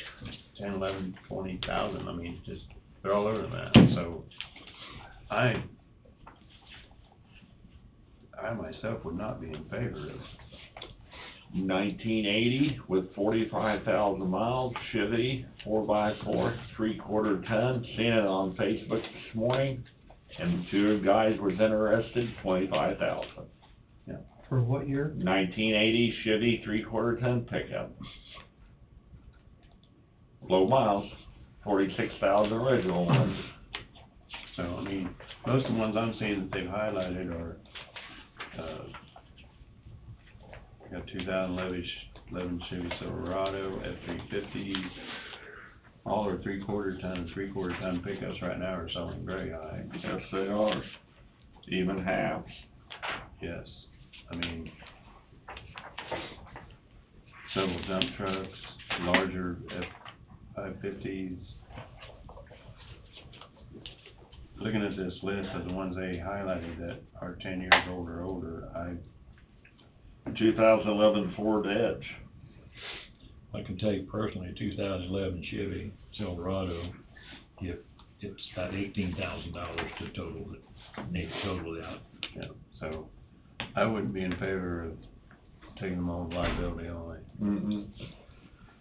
They'd only take one of them being destroyed to pay for it, Now, that deduction.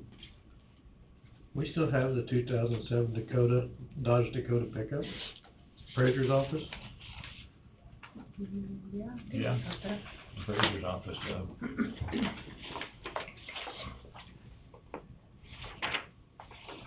You know, the way the vehicle values are, and as many of them as we got is 10 years and older, going to liability only, I'm surprised that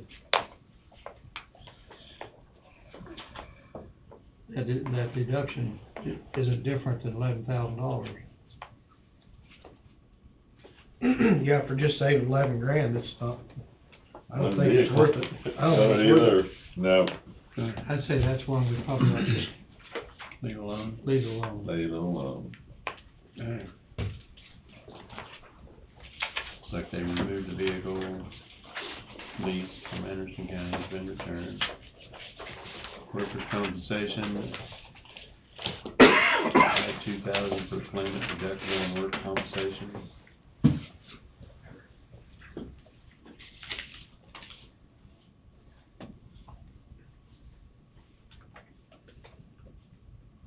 This is where you get into the part of being overinsured. I mean, if Got insurance for your insurance. got insurance for your insurance, and as the county sits, I would much rather try to pay more out of the pocket versus having the insurance for it. I feel that's money well spent. It keeps especially on the work comp, it keeps your claims down, keeps your score down. Yes. Well, I mean, you already got a pretty good score, but And it's hard to move it down. Yeah. believe You me. gotta have a perfect record for 3 or 4 years for it, 3 or 4 years before it changes much. can go up a lot quicker than it come down. I would say add 2,000 per claimant deductible on work compensation is what I would say. Okay. Everybody agree? Yeah. Bob? Yeah. Okay. Yeah. All right. Making sure. To me, this transferring policy to Bitco Insurance, I don't know if that's, What's that actually stating and mean? basically, instead of going to EMC or using this other company. And that was something they recommended. Thought it was strange to do. Must be a good deal where they recommended going from them to another company for that, but Bitco. But what was it? I don't think they did recommend it. They did not? I don't believe so. I think they said you could Oh, they go to Bitco, but they did not do as, Why would they even brought it up? Well, because they do shop your insurance for you through several different companies, and this company was $6,000 lower, Okay. but they offered, what was the difference? Their coverage wasn't as good. I don't recall the statement that was made. I'm trying to find it in the book, and I'm looking for the key word, and I'm not finding it.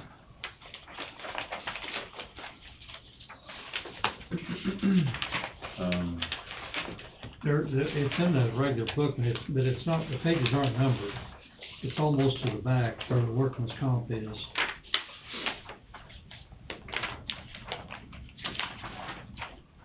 Option move policy Bitcoin.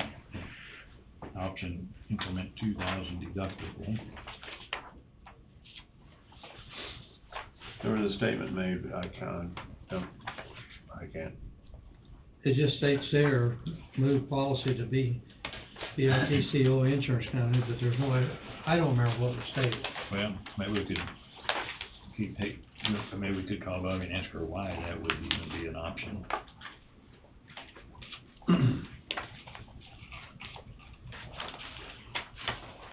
But do we have any other things we want to ask her while we're at it? Let's just go through, and we'll make that quick. Let's ask her about that. Okay. Cyber liability limits, I think everybody kind of agreed before she left, we were gonna increase it to $1 million, is that correct? I think that's the direction we're looking at.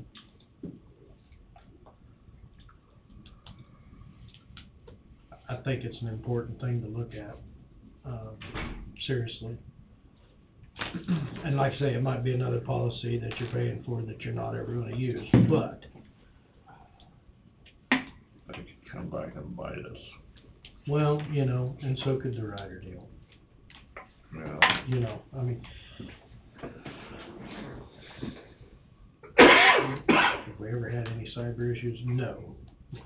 Well, Not in-house we don't, but my God, we got more firewalls on our, Well, and that's what I mean, that's kind of gonna be a kind of question for Brad.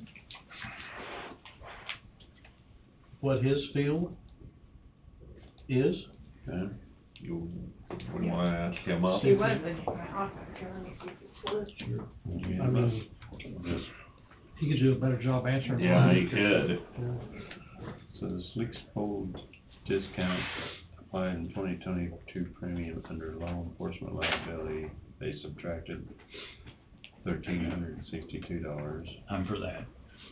Oh. Good. Happy New Year. Happy New Year. So we're talking about the cyber liability limits, Yes. and they got all sorts of numbers here for us. Do we want to increase our cyber liability to $1 million? We have 100,000 now. Yeah.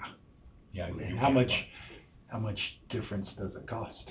$4,500. 4,500. 4,500.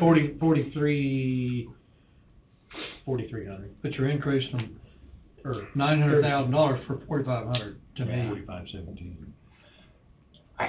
Or do you think, Yeah. you Do we think need that much? I would, A good tech man could kind of cover us on this. I would hope so, but, you know, having insurance never hurts. Yeah, that's true, but that's not The way the she point. explained it, that's not only cyber, but But, yeah, physical paperwork that,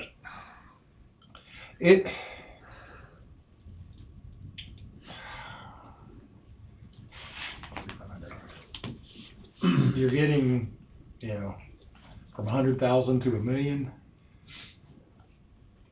You know, my business, I carry 1 million insurance on, you know, so 1 million's not that much. On cyber? Not on cyber, but, you know. Well, yeah, I mean, You know, but. cyber's totally different than liability or Liability, something yeah, like that. liability, you know, but the bad guys are smart. cyber That's the bad thing, yeah. for our operation So, and for operation and, you know, if, you know, like I said, paperwork, if we lost, you know, somebody got somebody's social security numbers and stuff like that through paperwork. But what does the insurance do if the bad guy, smarter than you guy, gets in on your smart deal and gets it? The information's already out there then. You don't retrieve the information. A lot of what some of the,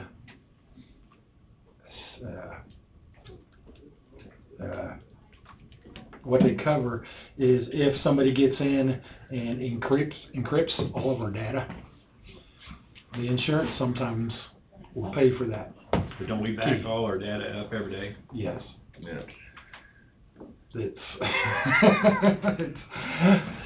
If you want your data back or able Yeah, to if you use want- it, But all we would lose if they did would be lose 2 days because we have yesterday's data there. in theory, they have been able to, you know, what a lot of them do now is, will put it in your system and don't activate it for 6 months. So that when they activate it, it goes back, everything 6 months has been encrypted. Captured. But we still have that information. But it'll be Well, encrypted and we won't be able to see it or understand it. They basically block the backup to their backup and then encryption, and then they wait for 6 months, and then Yeah. they give you the, That's we been got you the latest thing they've been doing. then you pay the ransom to Then they get the give you, data back that you need. you pay the ransom, and if they're honest criminals, you know. Yeah, that's You might get it back. You might get it back. Oh, okay. But that's kind of what you pay the insurance for now, is hoping it will give you your data back. So the chances of getting it back are Too bad. 50-50 no matter what. If you want to look at it that way, yes.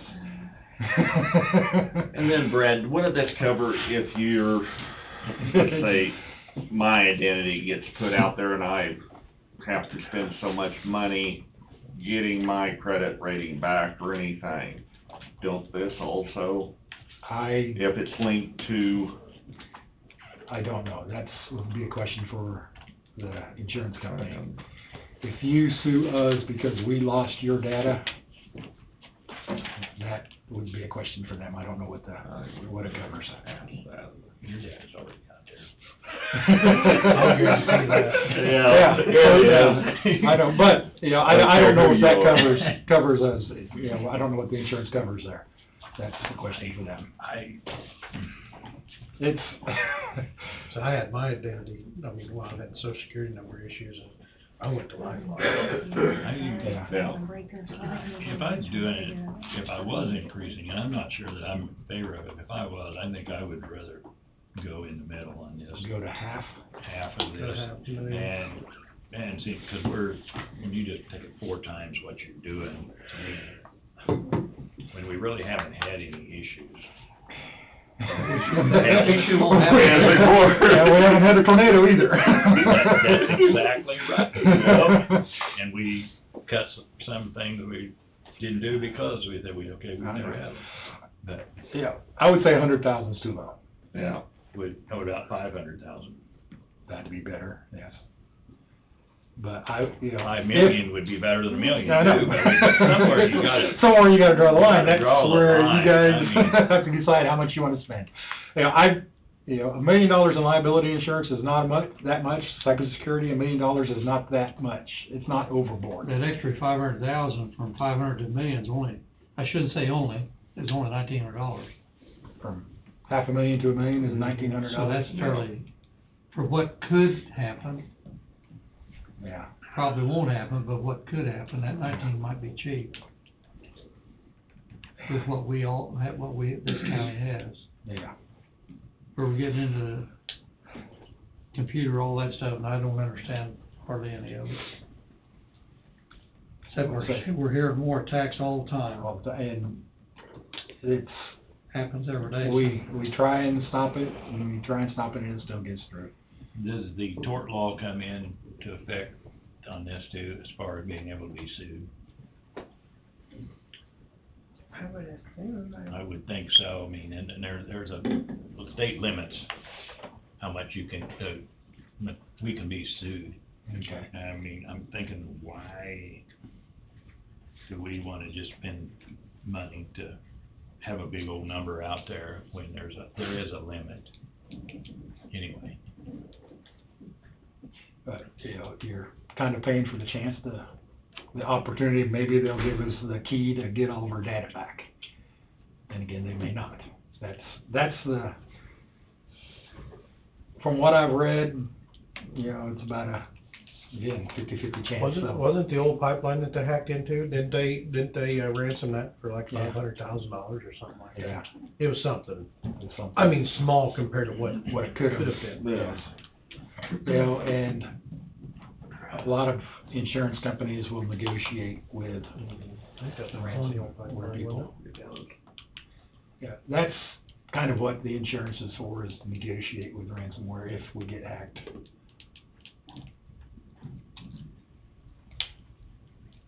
So, And the insurance gonna do that no matter whether we have 500,000 or we have $1 million, they're still gonna try to negotiate. yeah.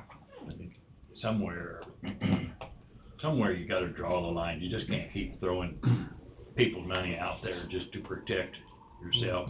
People need to take chances on some things in life.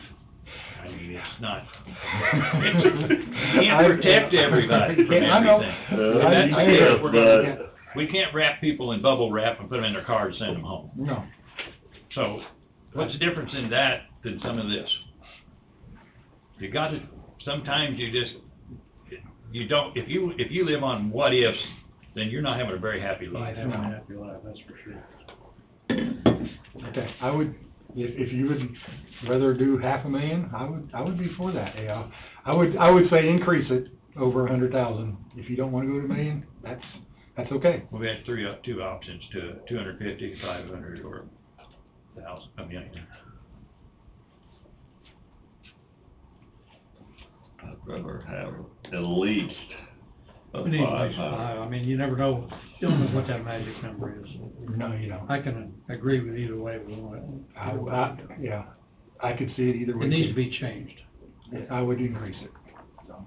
Sounds like we're going to 500,000. I would go for five. I can support 500. Thank you, sir. Thank you. Happy New Year.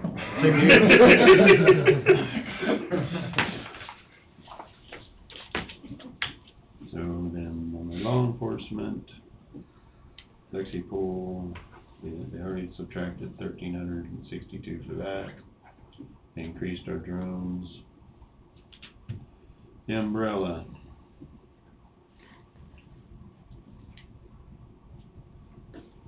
And this is like rented equipment, leased, borrowed.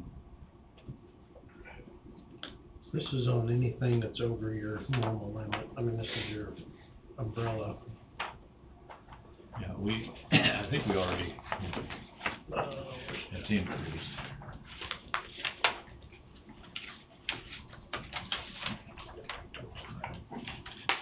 Limited for clear to back, two, you can go back. Current.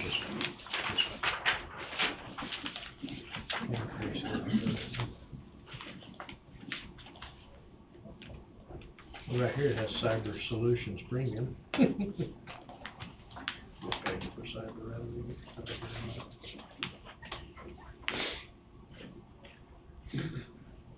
My thing that I remember this was the umbrella, in my eyes, was small, but then there was a limit, then the limit deal showed up that we could be sued for, the maximum, tort. Yeah. So, once that was explained to me, I feel that we're probably all right on the umbrella that we have. And I think so too, because we've discussed, this has been discussed throughout the years, and it's, I think we finally raised it up to that thing, well, it's a little bit more than what the tort can be, so I'm okay with where we're at, Okay. myself. But I'm just one. I like three of you there, Green's just leaving it, so. So leave it where it's at. Yeah, the umbrella where it's at.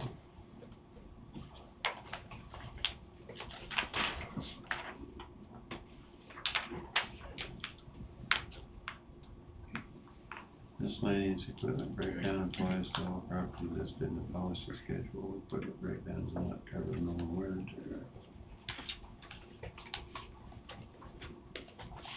Guessing this is something that we already have. Mhm. She talked about the refrigerator and medicine. Mm-hmm.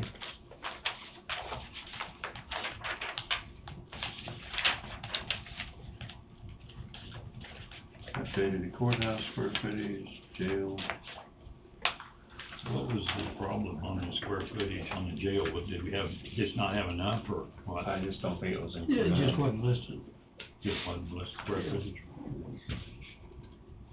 The original policy is set in there as one floor, and we basically got 4 square footage is what they had listed.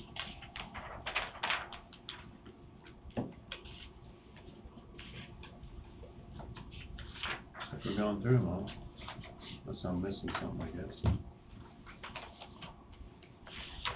The only thing be if you wanna do that driver's deal. Well, there is some, I can print out what the current policy says about if you have any activity with law enforcement or whatever you are supposed to. Report it. Report it Okay. I can print to that your off. employer. Yeah. Mhm. No, it's all right. I mean, as long as you're. In your quoting it. personal vehicle or the county vehicle is supposed to be reported to your Right, employer. any interaction, you're supposed to report. Mhm. Right. That should cover that then, if somebody wants to do it otherwise.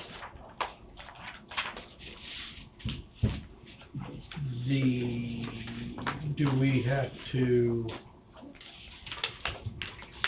that was a suggestion to go with this company here for EMC for the, driver monitoring? Is that what you're talking about? Yes. The Yeah. driver monitoring? Yes. I don't think it's been a big problem. I mean, as long as the employees do what they're supposed to do, I mean, it shouldn't be an issue. And we will,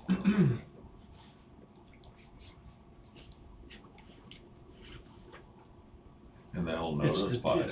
It's the chances of the dishonest ones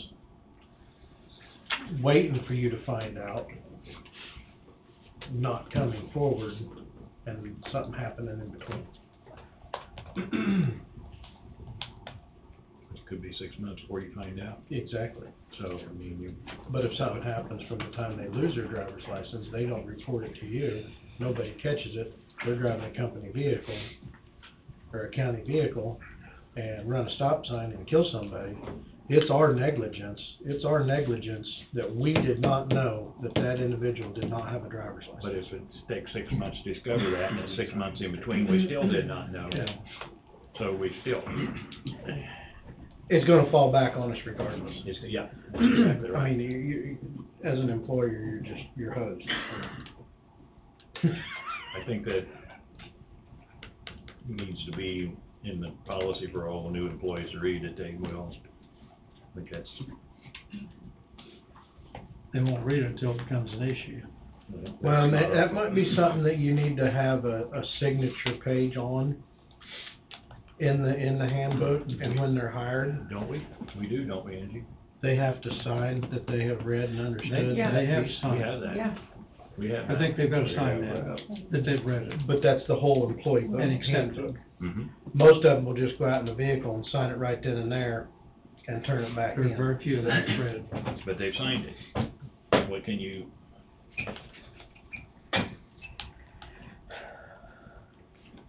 I guess a new employee could give them 30 minutes to sit down and read it before they sign it. Couldn't read it in 3 30 hours. minutes. They're gonna be fast readers. I mean, It's kind of common sense, but the part that sucks is you can do everything that you can do under your power to ensure that you have safe, licensed employees out there in your company vehicles, and something can still happen. So, you can do everything in the world, and you still get sued. I agree. And that's the society that we live in today. And that's probably continue to get a It's little gonna bit worse. get worse. It's gonna get The worse. entitlement is there. It's not that it's right, it's just present. So, no go on the monitoring. Okay.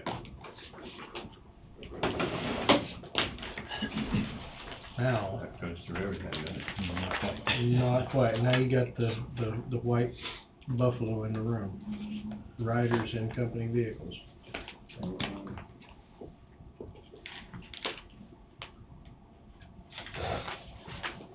If you're gonna allow riders in vehicles. Rather, they signed a waiver of release or So that means, what does that mean? Everybody has to. Well, basically, they're saying we just need a waiver in place between the county and the passenger before they enter the vehicle. But who's gonna police that? if it's me and my kid, am I signing my kid's waiver? If the kid's under 18, that you can ride along with me? that'd be Wade. I mean, so what do we gain by allowing that?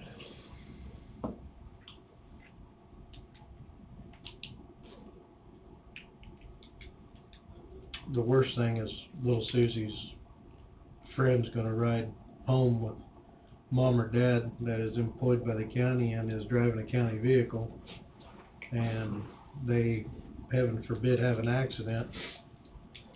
Little Susie's friend, parents are going to, more than likely, And they didn't sign a waiver? they did not sign a waiver, and they're going to ask for a $10 million or more lawsuit. The solution is no. That's my solution. In my trucks, distressed only is the And I only understand rider that, that and can be in the truck. I think there'll be situations sometimes where law enforcement will, in a stress situation, distress situation. And I'm willing to take that chance on a distress situation. I'm willing to. I am too as well, but, I think because I think that falls under the Good Samaritan Act to a point. you come up on a situation like that, to me, we got a responsibility to help those Yep. people out. But to take kids to and from school, or to a baseball game, or some other function, out to eat, or pick up the wife and go to a lunch or a supper, I think we've gotta be cautious, very, very, very cautious on what we allow. At this day and age, you would be along the road in a stress situation, I come by and they see it's a county vehicle and they get the tag number, and then when it comes to court, he didn't even stop to help me, so I'm gonna sue him. So it doesn't matter. There's a I way, think it's So is there something in the policy manual now that says anything about somebody that takes a county vehicle home can't be used for personal use? We can eliminate that too. Mm-hmm. Nobody takes county vehicles home, which I don't know why we allow that anyway. I mean, other than law enforcement, well, because that is their office. I think there's two things we talk about. We talk about county employees and we talk about law enforcement, because law enforcement is a whole different ballgame. Correct, I agree to that. But now, like, what about somebody who would rather use their personal vehicle because they wanna drop their kids off along the way? So when they're getting paid mileage for using their own personal vehicle, because they either wanna take their kids somewhere, does that still If fall we're under paying that them separate? mileage, I say we gotta control that vehicle. Right, If, so, if that individual is going to a function, a school, a training, and wanna take their wife or their kids, I believe, even in their personal vehicle, if it was a mandatory training for the individual's work, the county is still covering that individual, but not the wife or kids. Right. So there's an issue there as well. What she's saying, as long as they're in their personal vehicle and we're paying them mileage, it's still. If we're paying the mileage, we're accepting that. We're accepting. that'd be the only way they got to be able to take their spouse or whoever, because they can't take a county vehicle, so now you're paying mileage, I think is what she's trying Right, to lead up and so they'll to. just say, well, instead of going, taking a county vehicle, I'll just take my own vehicle so I can take my kids, but they're gonna be getting mileage for Charging it. you mileage, but, which is still safer than. Right, But I know an incident happened a few years ago, because the person, department head was going to a meeting, like I said, it was quite a meeting, and it was quite a ways off, and his spouse wanted to go. So we contacted, Angie, correct me if I get it wrong, we contacted the insurance company, and we took out a trip policy just for that person, because that person, they were driving, and that person wanted to know if his spouse could drive. And we took out, didn't cost us much of anything to do that, but that was an exceptional deal because it was an exceptional thing happening. right. And so, might be exceptions to that rule, but we can handle those, because If we're aware of it, we can. if we're aware of it, we can make it happen. So just to say, like, that's not the alternative, somebody will say, well, then I'll just use my own vehicle and take my family and. I think if we're paying them mileage, I think Then we're that's still liable. Right. we're still liable. Mhm. There's nothing in the policy that says anything about not taking it home. I know, because that's been discussed publicly and everything else before. But I'm not sure, we shouldn't really be looking at that at this point. Well, I do know the policy manual's in the process of being redone, so maybe that's one of the things to include in there, so. Other than law enforcement, is there anyone that really needs to be taking county vehicle home? Most any job you go to, you drive to the job place and then you get that vehicle. I think you got some individuals that are on call, that work for Road and Bridge, are on call in case of a sign or a bridge out or weather. Or like you said, if the training is the opposite way, somebody needs to leave it here, but the training's early in the morning, they live the opposite way, training's back the way they Yeah. came. That's an exception to the rule, I would think. And we used to do, in bad weather, different people were on call. They could take it home only while they were on call. It wasn't a daily drive for them. I think it's expensive. You take a major storm coming in, you might have 14 or 15 on call from Road and Bridge. I don't know how many's on. But we don't give all those, only one or two people get the vehicle drive back and forth, the rest of them come to the shop. Yeah. And they don't get paid coming to the shop either. How many of them are taking their vehicle home free in that department? Mhm. And those may be the only three technically on call 24 hours, 7/24. But do you need 3 on call at one time? Because of the responsibilities, you probably definitely need more than one. And what that number should be, Bob, I don't know.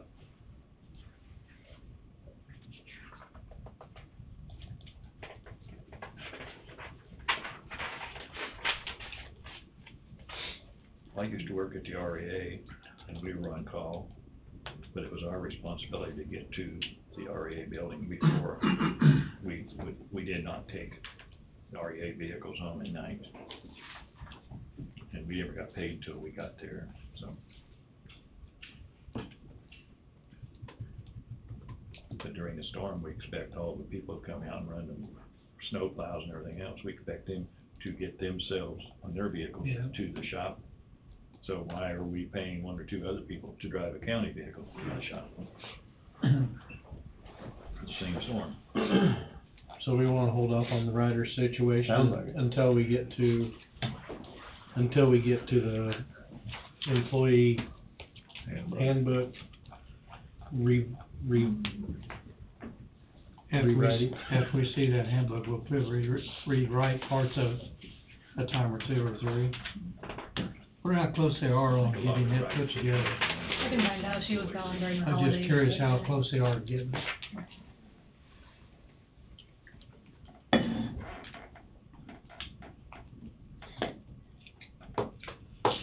But with EMC, do we have to let them know on ride-along?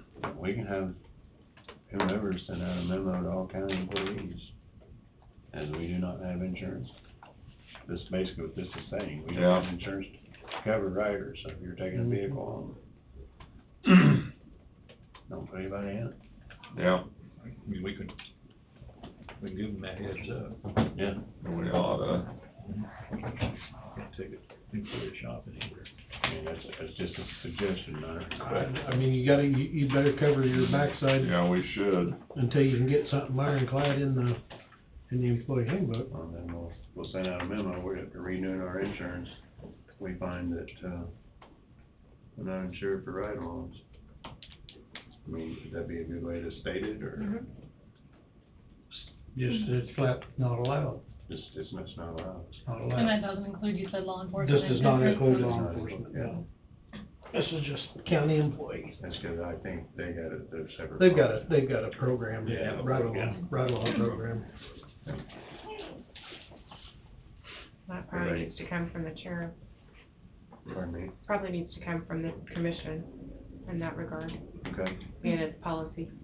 all right, let's do that. Okay. You know, Everybody agree? I agree. Yeah. All right. That'll take care of it for now until the policy manual is rewritten, and, does that go for, of course, like the museum, library, housing authority, they're all under their own policies, is that correct? I think they're under their own stuff. Yeah, okay. Now, my only other question, and it's slipped my mind. It's gone. I didn't catch it, so. It must have went that direction. When it comes back on the train, I'm just gonna blurt it out, that way I'll remember it. That way, That's what I have to do. I'm glad I'm not the only one, Jeff. I could just feel it, It just left. and it left, and it was gone. Things puff of smoke shoot out Yeah. here, but that's about Sending it. smoke signals. That got us covered then? Well, we wanted to ask Bobby one question. Oh, yes, We had that's to get right. back with her on one. So Not you, Bobby. we will try to call her one more time. And actually, I've called her so many times, when that recording comes on, if you just push 9, it'll take you to a live person. I have another question for her, I'm gonna tell you. Or you just press 106. You won't remember it anyway. Since we have that trailer across the street, do we need some kind of insurance on that while we're using that as some Liability. a liability for somebody or something? Because they will be getting out of their vehicles. I would assume that, well, we've got liability insurance on the property over there now. But we could ask Bobby if that trailer, if getting under Well, the the trailer. fire department's got it covered. Good morning, Coach Point, this is Bobby. Bonnie, this is Angie again. The commission has a couple more questions. Yeah, you bet. Transferring the policy to Bitco. What's the Bobby, what's a transfer in the policy to Bitco Insurance Company? So Angela and I actually put the insurance out to bid this year for the workers' compensation policy. There is an option that did come back with a company called Bitco. They also have a specialty division for governmental entities, and they were very comparable to EMC, and it would actually subtract your insurance cost by $6,921 if you were to move to them. However, it would have separate billing. It would have separate claim service, so it would be a separate carrier, but that option is out there. It is available. Was it suggested not to? It was. When we visited at the renewal review, because one, I know Wayne and a lot of the department heads use the services that EMC provides for that on-call nurse to take that judgment call away from your department heads that EMC provides, whereas Bitco does not. My understanding of that review was not in favor of that making that change, so we didn't discuss it anymore. Right, okay, yeah, that's, now it's coming back, so. You know, a little bit's happened since then. Yes, yes. Okay, Bobby, Yes. one more question. Since we are doing the COVID testing across the street, we put that trailer in the yard of the church. I think it's a Homeland Security trailer, I'm not sure, but. Hazmat trailer. Okay. I suppose we're liable if somebody slips and falls over there while they're getting tested. Does the church land take care of the liability? Does the hazmat trailer insurance take care of the liability, or how's that work? So on the property or on the premises, on that location, as soon as they step foot across the sidewalk or onto the property, that is going to be your premises liability for the county that we've added following Angie's request. However, if they are walking around the trailer and they bump their knee or trip over the trailer hitch or something related to the trailer specifically, slam their finger in a door, whatever the case may be, that will involve the trailer itself. I think what they will do is just be walking up on the sidewalk. I don't think they will ever get into the trailer. Okay, then yeah. Your biggest exposure for that then is going to be your premises liability or just your liability for that location. Okay. Okay, thank you. You bet. Any more? All right, I think we're done, Bobby. Okay, well, feel free to give me a shout back if anything else is needed. All right, thanks. You betcha. So they slip and fall in the parking space itself, that's still ours. That's even though cities, is it not? Well, and that's what I wanted It'd to, probably be just like being a landowner, though. If you're somebody walking down a property on the sidewalk outside of your home, right, they're still gonna. your insurance is gonna take care of it. Is that trailer actually on the property, or It is is it? on the Okay, property. It is I've seen it there, inside- but I did not. It's inside of the sidewalk. Sidewalk.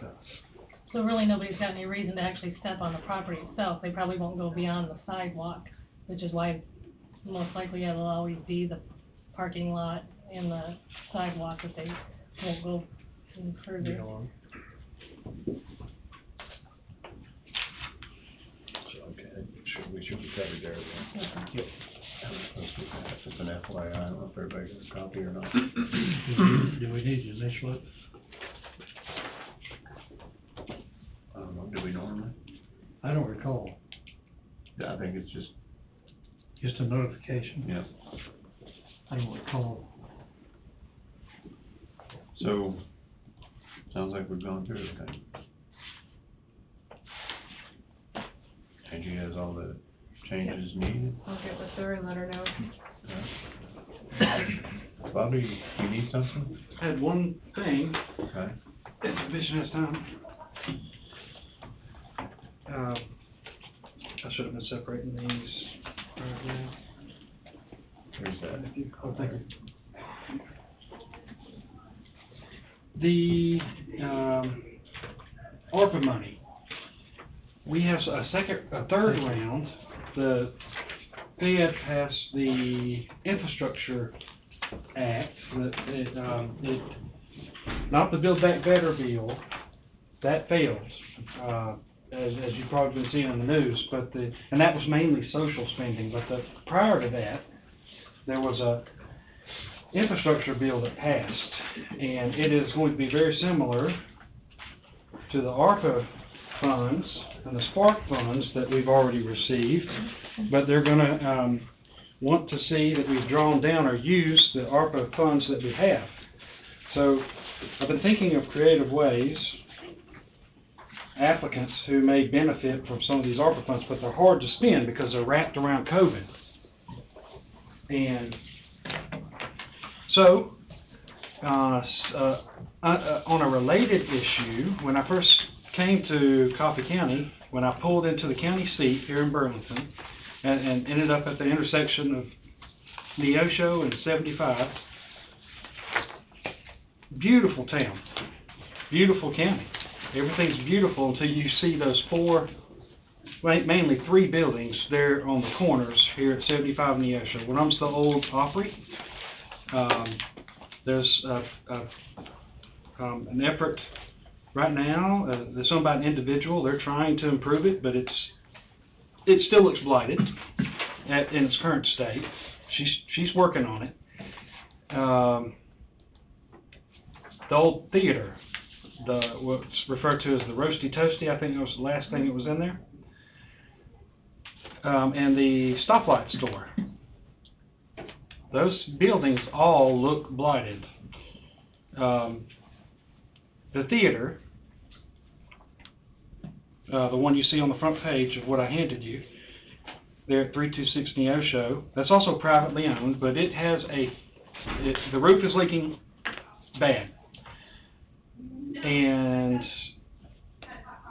it is for sale, the building's for sale, but the problem is, even though it's very affordable, it's going to cost somebody, an individual or a business, a tremendous amount of money, more than it's worth, to go in there and put a roof on it and fill that floor in where there was a theater to make good use of the property. Otherwise, you've just got this huge incline. You have an old theater. You can't use it for anything. So no individual or private business, it's not in their interest to spend their private money to go in there and fix that building up. If that's the case, then you're only just a few years from that building having somebody, the city or the county, having to take action to push that building down and just be another parking lot there. Well, that building used to have a flat floor. Did somebody go in and take the floor out? When they put the theater in. Put the theater in. Yeah. Yes, sir. Yeah, I didn't recall that. Who's the owner of it? Dustin Sled from Levi. Oh, Levo? Yes, sir. And he had intentions as well to fix the property up, but Structurally, isn't the building in good shape other than the roof? You know, you look at that sidewall facing the street, I mean, it still looks great, front looks great. So the biggest issue now is the roof itself. yes, sir. So I've taken contractors inside to look at it for different ways. What you just said, Mr. Don, is true. It is structurally sound, but the roof is leaking pretty hard. And I've talked with a contractor about the roof. They had planned to do that work. The current property owner had planned to get that building fixed, but it just doesn't make financial sense. It's more than what an individual can bear. So, I had another related instance. The hospital recently got rid of their home health care because of a few different reasons. It just wasn't a moneymaker for them, so they shed it. And now there's a private company that's coming in called Hometown Healthcare. They're going to fill that role, and they are looking for office space. They have not been able to find office space. There's only one other property they found other than this building in Burlington to locate in.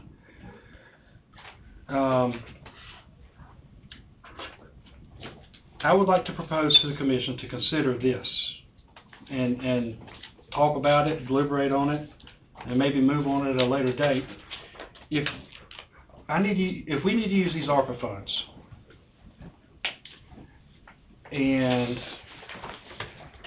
this home health care qualifies for use just because they're home health care, and they sign up, here's an offer of a lease agreement. Where are they originally from? They're from, It's over here somewhere. they have office in Emporia.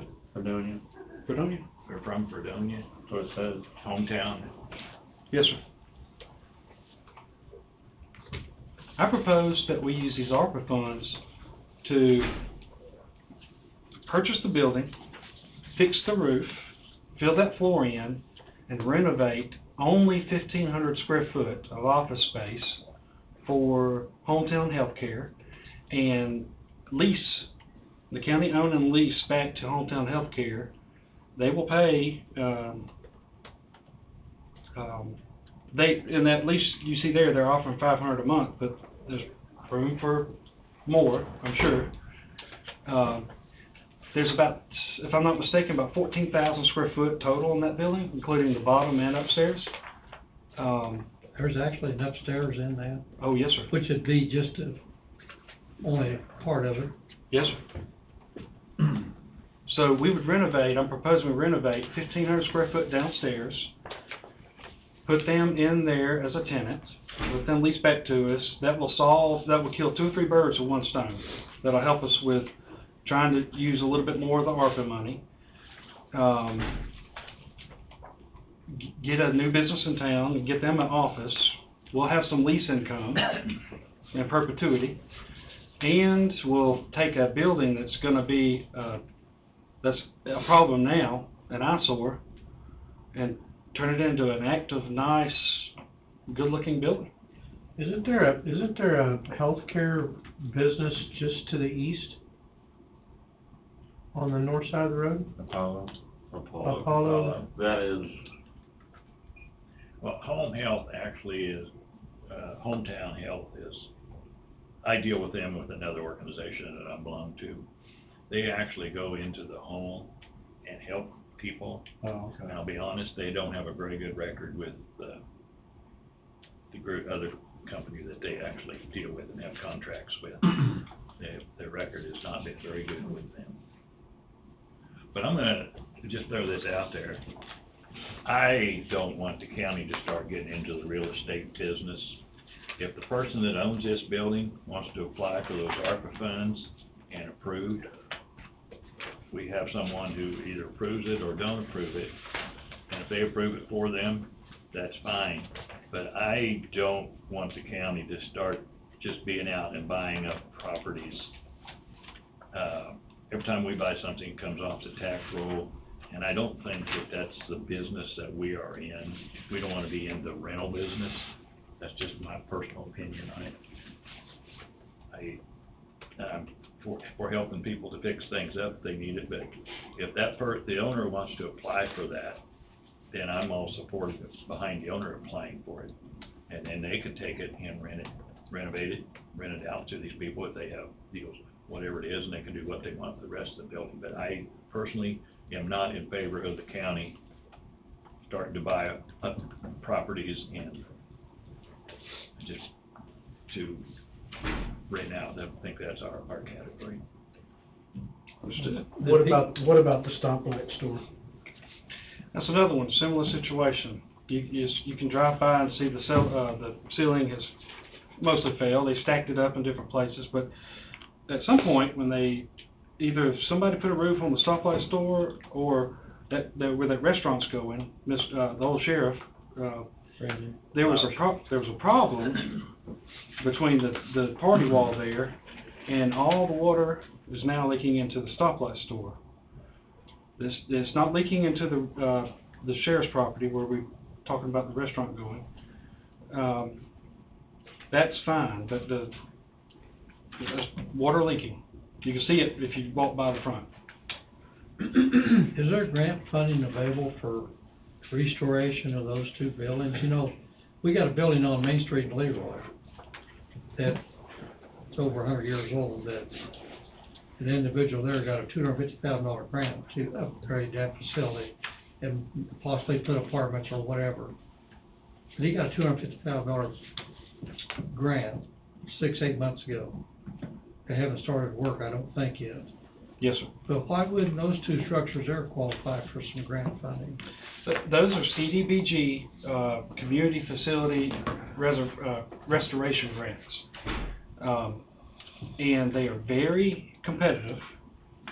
Leroy got theirs because Leroy had not received a grant in a long time, and they scored high. And those funds are also limited. And in our case, we're talking about fixing a roof. It'll fix a roof, yes, but it won't put the ceiling back in. It won't fix sheetrock. It won't put a new floor. Fix the problem. It'll fix the problem. Structural stuff. Okay, well, these people bought this building knowing what the building was, and I don't know if they had intentions of putting something in it or not, but it's still, It was purchased just recently, I mean, yeah, it's. several months ago, wasn't it? It's not, I'm just not fair with county going into real estate business, I guess, so I'll just shut up. The problem with an individual is that, again, an individual, I'm not saying we can't depend on individuals, but they are not going to act outside of their own interest, financial interest, to improve a property.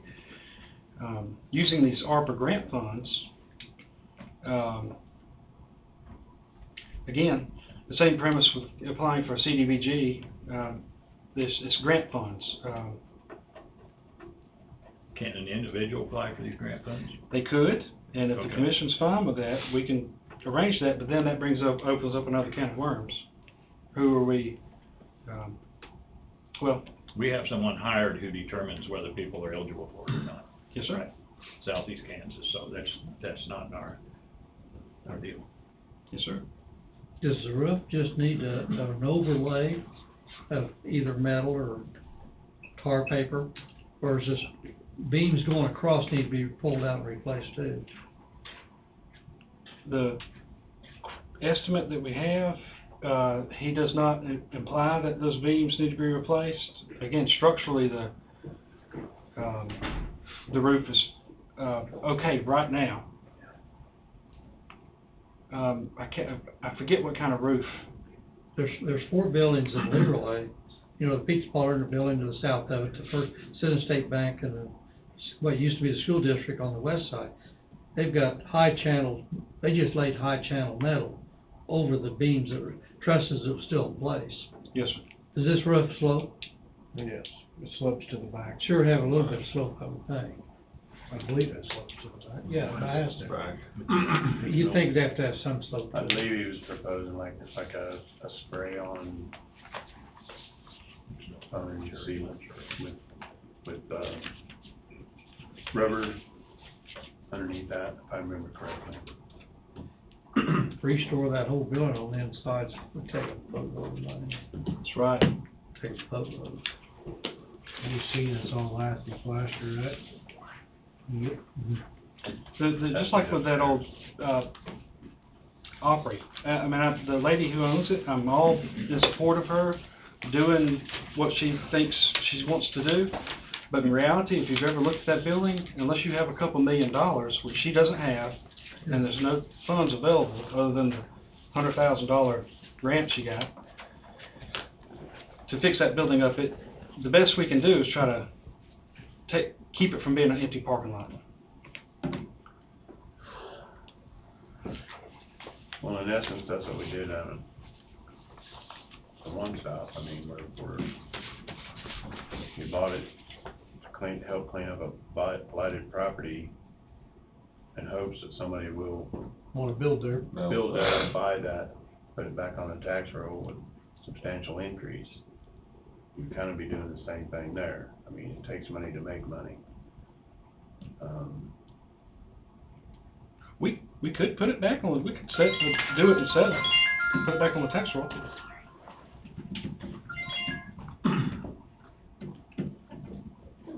not to change the subject, Molly, but south of the stoplight there, a block and a half, they've remodeled the outside of that building? Yes, sir. Is there a business going into that? Yes, sir. That we, so, unless I've missed something, I'm not aware of what's going in there. Well, we didn't have to help them, other than, I may help them do a little bit of advertising when they kick off, but, it is the guy south of, east of town who makes honey, I forget their name. Well, they dressed the front of that thing up all night. Yes,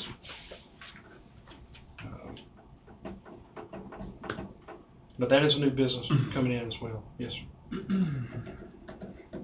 Well, I mean, I think the stoplight store would probably be the better of the 2 or 3 properties that are versus this property. I'd hate to see that property tore down, but I would too, but because it still structurally looks fantastic from the outside. You tear that down, what do you do to the support wall that goes into the next business to the east of it? You know, is that a support wall for both locations, or is that wall satisfactory to stay there if this does come down? Well, I can tell you this, that where the Farm Bureau office is over here, there used to be a big old 2-story building right beside it. They took it out. Look at the wall of Farm Bureau now. Yeah, but there are cases where. Plumbing shop there. Yeah.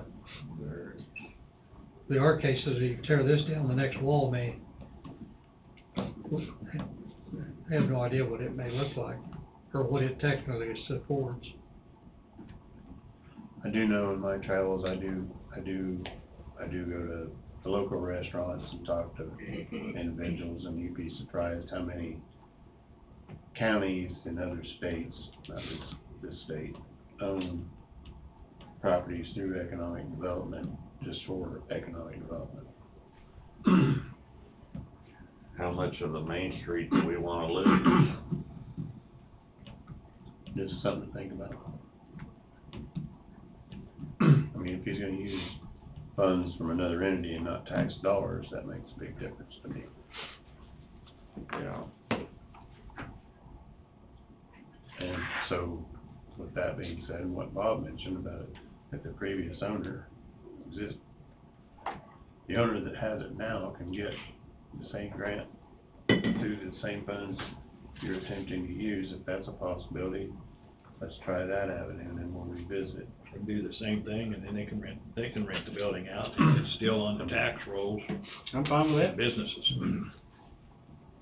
I just, it's tough getting people to do sometimes what the government can, sometimes.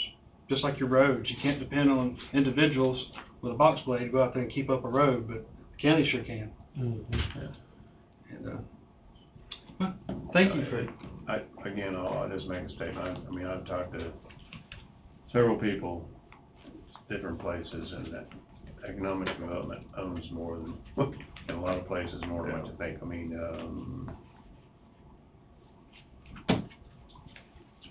I had one, I just smoked one out my right ear, like I did on Jesse a minute ago. Atchison, Emporia. Yeah, there was, I think it was up in Topeka, where Topeka just actually recently just did something huge, and I can't remember what it is now. Huge. Get to the mall? The West Ridge Mall just sold a firm back No, that in was, New York or someplace back that was there. private, no, this was a downtown deal. Downtown deal. Topeka's done a lot of work on bringing downtown businesses back to They downtown. have, they have. The city's done quite well there. They started working on that several years ago, Certainly. they've done a good job getting some Well, of a those. lot of times it's too little, too late. A lot of times. Well, and we don't wanna be in that position with Right. any of our cities in Right. our community. I mean, that's a lot of it. It's a little, too late. And, you know, they've already grown out that way, so the hub of the people, only just to work there downtown, that's it, you know? I mean, it's What's- tough. What's going on up north here has to move south eventually, Mhm. so. Yeah. I mean, as the county businesses grow and it's gotta move south. Yeah.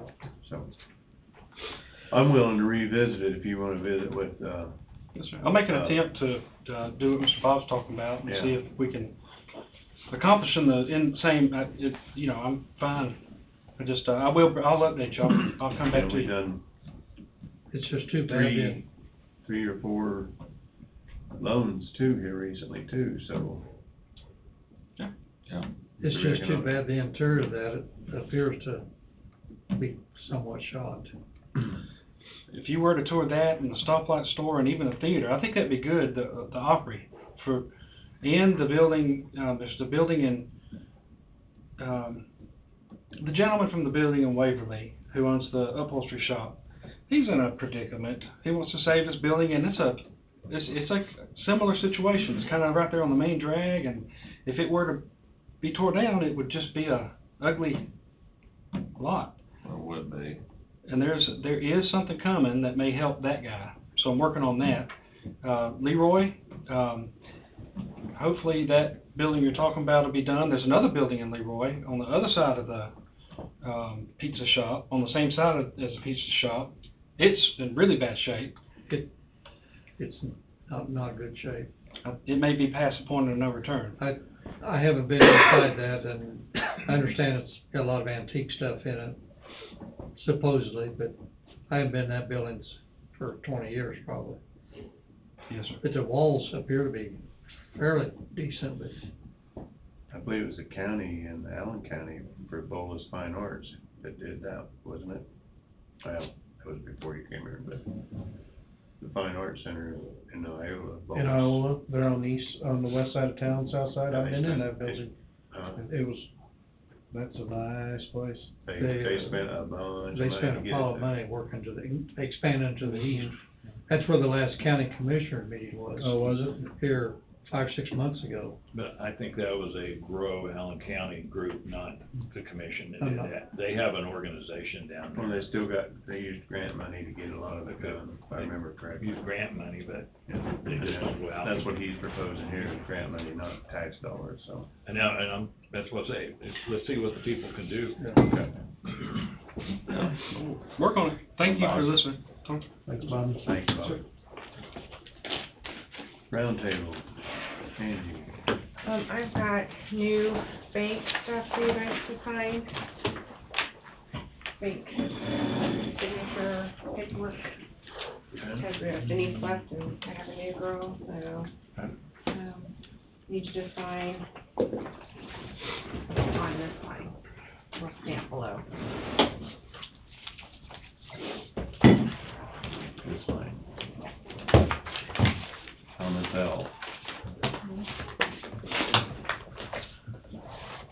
Well, I wish I could remember what I was wanting to say. Me too. It happens. One second. Just gets worse and worse.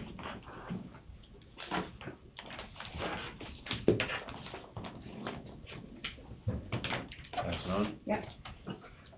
Now you'll have to sign your name there, Don, and then above your name.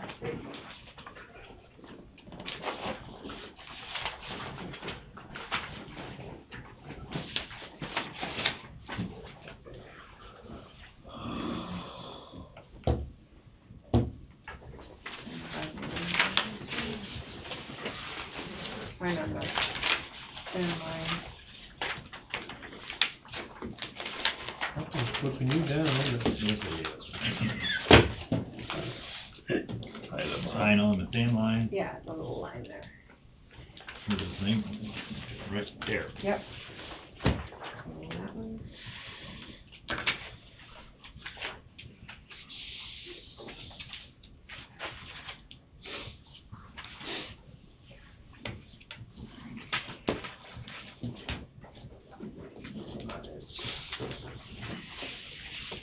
Here, I'll go on the other side now. And then back page. Hold on to the piece of paper. Hold on to it, hold on to it. There we go.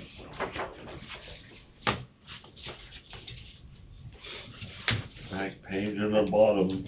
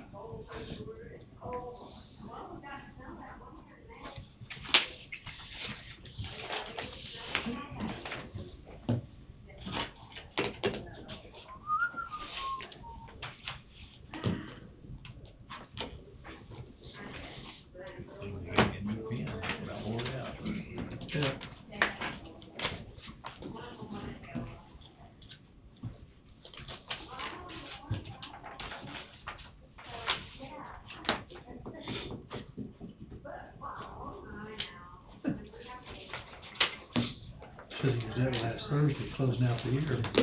Yep. David on another year older. You've been in across the street, right? Upstairs, you're on the balcony. I didn't go put it on, because you didn't see. These are for There's stamps, two or but three it's okay, I'll just put your stamp in Pulled up there. chairs right there. Sign on the front. Just sign on the front. That one, is the one I used to sit in every Sunday when I was a kid. Same chair. Bobby, that's the same chair, because it's the exact same location, well, and then they get passengers. And it'll be worth a bunch of money. Surprised the church is still standing. It didn't blow up when you walked in. 22. That's amazing. I don't have anything else today. Okay. What about voucher days coming up? Oh, well, yes. We need to. I was gonna ask you this. Wait a minute. I have them down. We need to get I some did help. have one more thing. Okay, Oh, yeah. so January, I had either the 26th or the 27th, whichever looks good for you guys. I just soon keep it on Wednesdays personally. Yeah. Okay, for the 26th.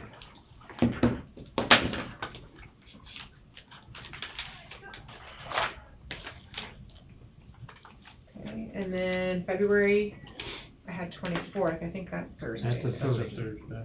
23rd.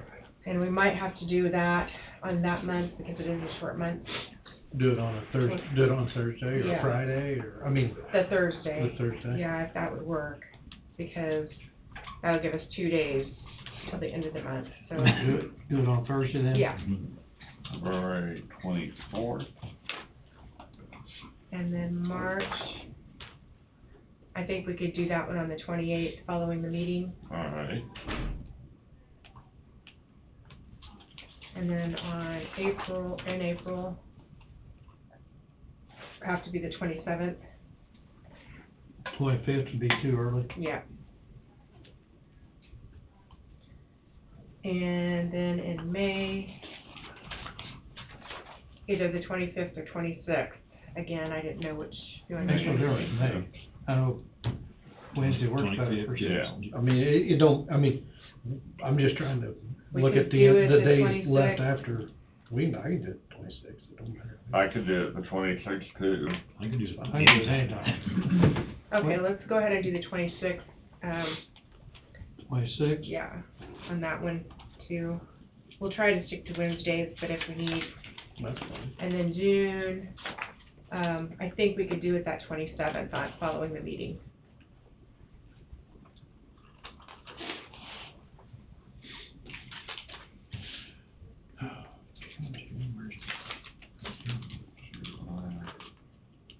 Are you wanting to go through and do them all, is that July. what you're thinking, or just I kind was of? just gonna stop at June, June. All right. and then we can, unless you wanna go ahead, we can keep going. July, Might be alive in July, who knows? I'd say the 27th, All right. and then August, the 29th, following the meeting. September, probably have to come in that 28th.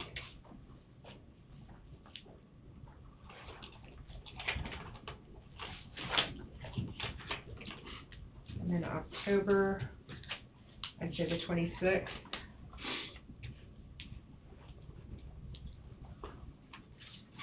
November, could do that 28th.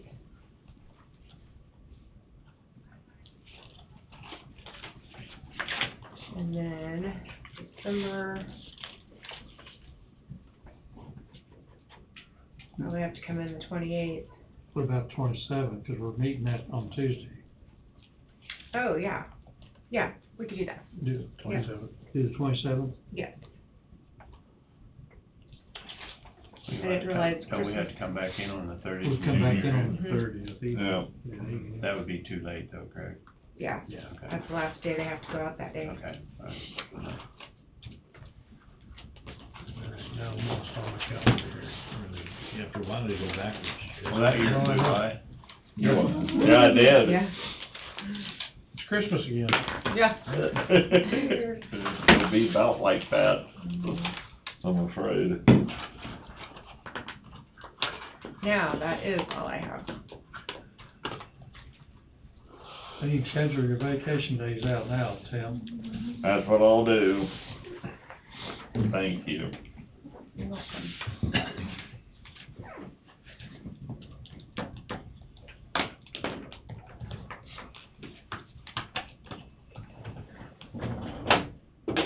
Anything else? No. Tim? Oh, Jesse? I believe so. You still take it? Heidi gave you something this morning. I got it. You got it? Mhm. Yeah, Okay. I didn't realize that until later. and then- Okay, and I forgot to tell you. Oh, it's okay. and I forgot too. I figured it They out. started talking, so I didn't want to interrupt. Oh, I thought somebody said Bob. No, Oh, maybe out there in the hall. no, no. I don't have anything. Well, I don't have anything either, I just wanted to, like I say, get a hold of that map and like, okay, what did I see to make me think it was the back of that building, so you all, we're all on the same page. Yeah. That's all I wanted, so. Wayne will determine what it really is, so it Yep. doesn't matter what we see. And I did speak to him about if there would be someone he could get licensed before he left, and it don't sound like as a surveyor. Again, we need to just, I don't know when you guys wanna do it, but set one Monday afternoon aside and decide, I mean, sooner or later, we're gonna have to, sooner than later. sooner, we yeah, need the to sooner. be deciding which way we're gonna jump. We need to, I mean, we already got a engineering firm on somewhat retainer, if you will, with Cook, Platt, and Strobel, so. I mean, you know, we can actually bid that stuff out, I mean, we can See actually, who's the cheapest to. we can actually have Andrea get ahold of 3 different firms and say, this is where we're headed. Maybe that might be the first step. And I did speak to Wayne again about, you know, as far as helping him decide what we want him to bid out and don't want him to bid out. I mean, from my standpoint, if, you know, if he's got 10 million, I'm gonna just keep numbers round. He's got 10 million in his budget, 2 million of it's payroll.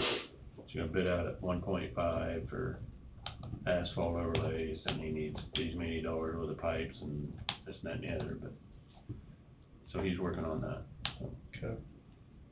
I would suggest, I'd like for Andrea to check out, get hold of Miami County, I'm gonna say Miami County, because they've been contracting with an engineer and just see here's what kind of agreements they have and what they ask them to do, because I know that they get so much for just a small deal, and the thing about it is just kind of, maybe you could feel out a couple other counties besides them. Is it Anderson County, same way? I'll bet you Miami. Which one? Anderson might be now because they, you know, what's her name left at the state, so. But check with 2 or 3 other counties if you would, I can do that. because I knew Miami had been doing it for years, substantial savings. I think Lynn County is the same too, if you wanna check with them. Yeah. Allen. I don't know about Allen, so. So we could always Wilson. check and see what they are. Yeah, check around. There's a lot of counties that. Allen County's got a lot of things going for them, right, Ryle does, so. So, with that being said, do we wanna, it sounds like everybody's leaning toward an engineer on call, so to speak, for lack of better terminology. Do we wanna be advertising for road and bridge boss? I mean, how do you wanna word that? I think we just need to discuss it first to determine, Okay. we need to, you know, in the very near future, we need to have a work session on that and make a determination. I mean,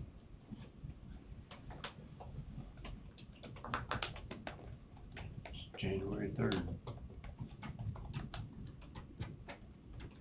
You know, it's Wonder about what next Monday week- afternoon. I wonder what next Monday afternoon looks like. I wonder, it all depends on what the agenda is, but Yeah.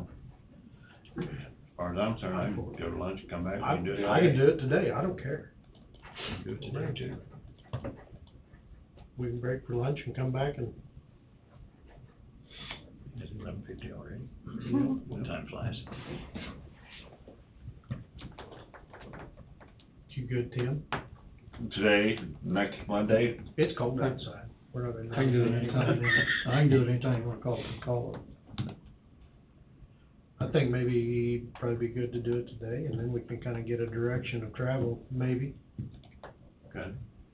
So, I mean, do you want a break from it? Do you wanna do this in executive session too? I think it'd probably be a little bit better to do some executive Or session. can we? How Can. much of it can, I don't know how much we can do in executive I just session. wondered, if Wade will be back next week, maybe we'll have to sit tight and see what his response is. Okay. That's just, I really think some of it ought to be, I Would be think- best. but I don't know how much of it we can do. I think we maybe need Wade to be a little leader in this. Yeah. Okay. We can put it off to next week, but I'm entertaining As whatever. long as we stay focused on it, Yeah. I won't mind. I think we get the responsibility to stay focused on this responsibility. Yeah. Alright.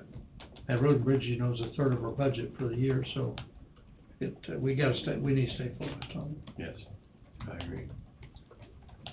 But I think we probably need to wait, do some guiding on it a little bit. And I think a person could probably have the executive session for that, without, you know, to get our direction we wanna travel towards, and then I think we could come back out. Yeah. Cause there's not gonna be any voting or anything inside that anyway, it's just gonna see what person wants to do what.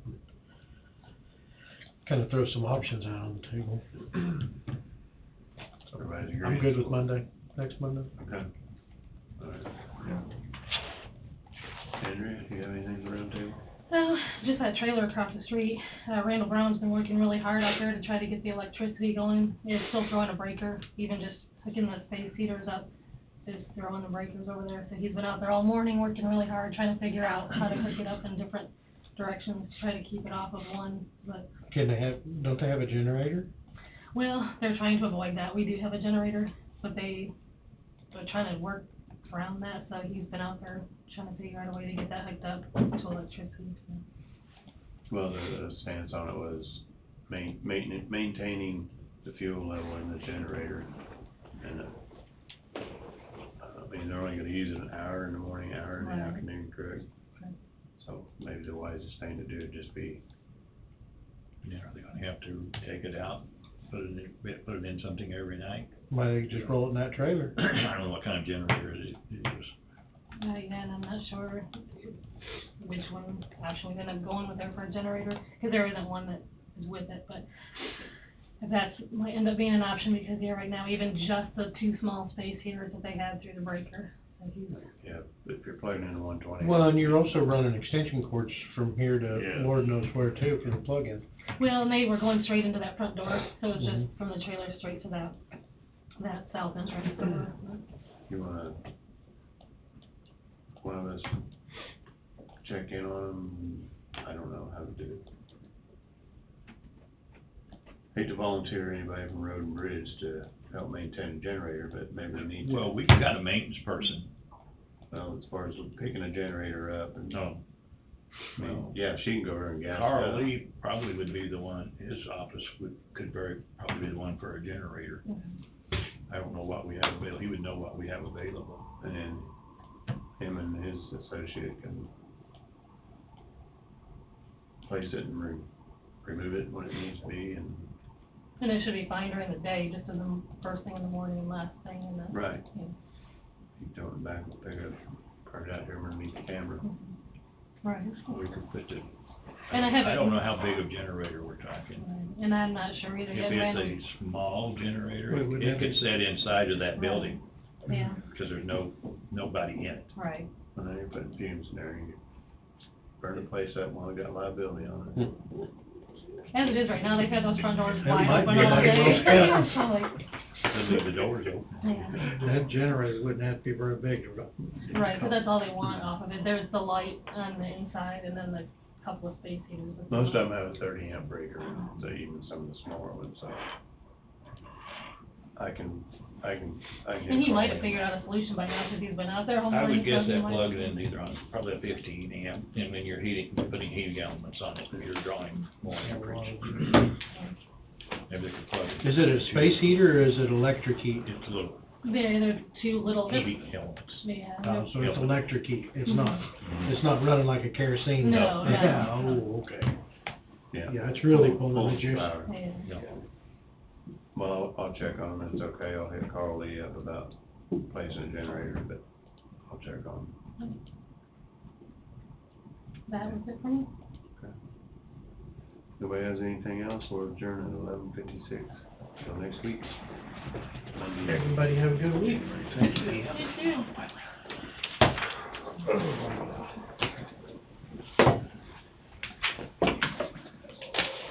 You too. You're okay.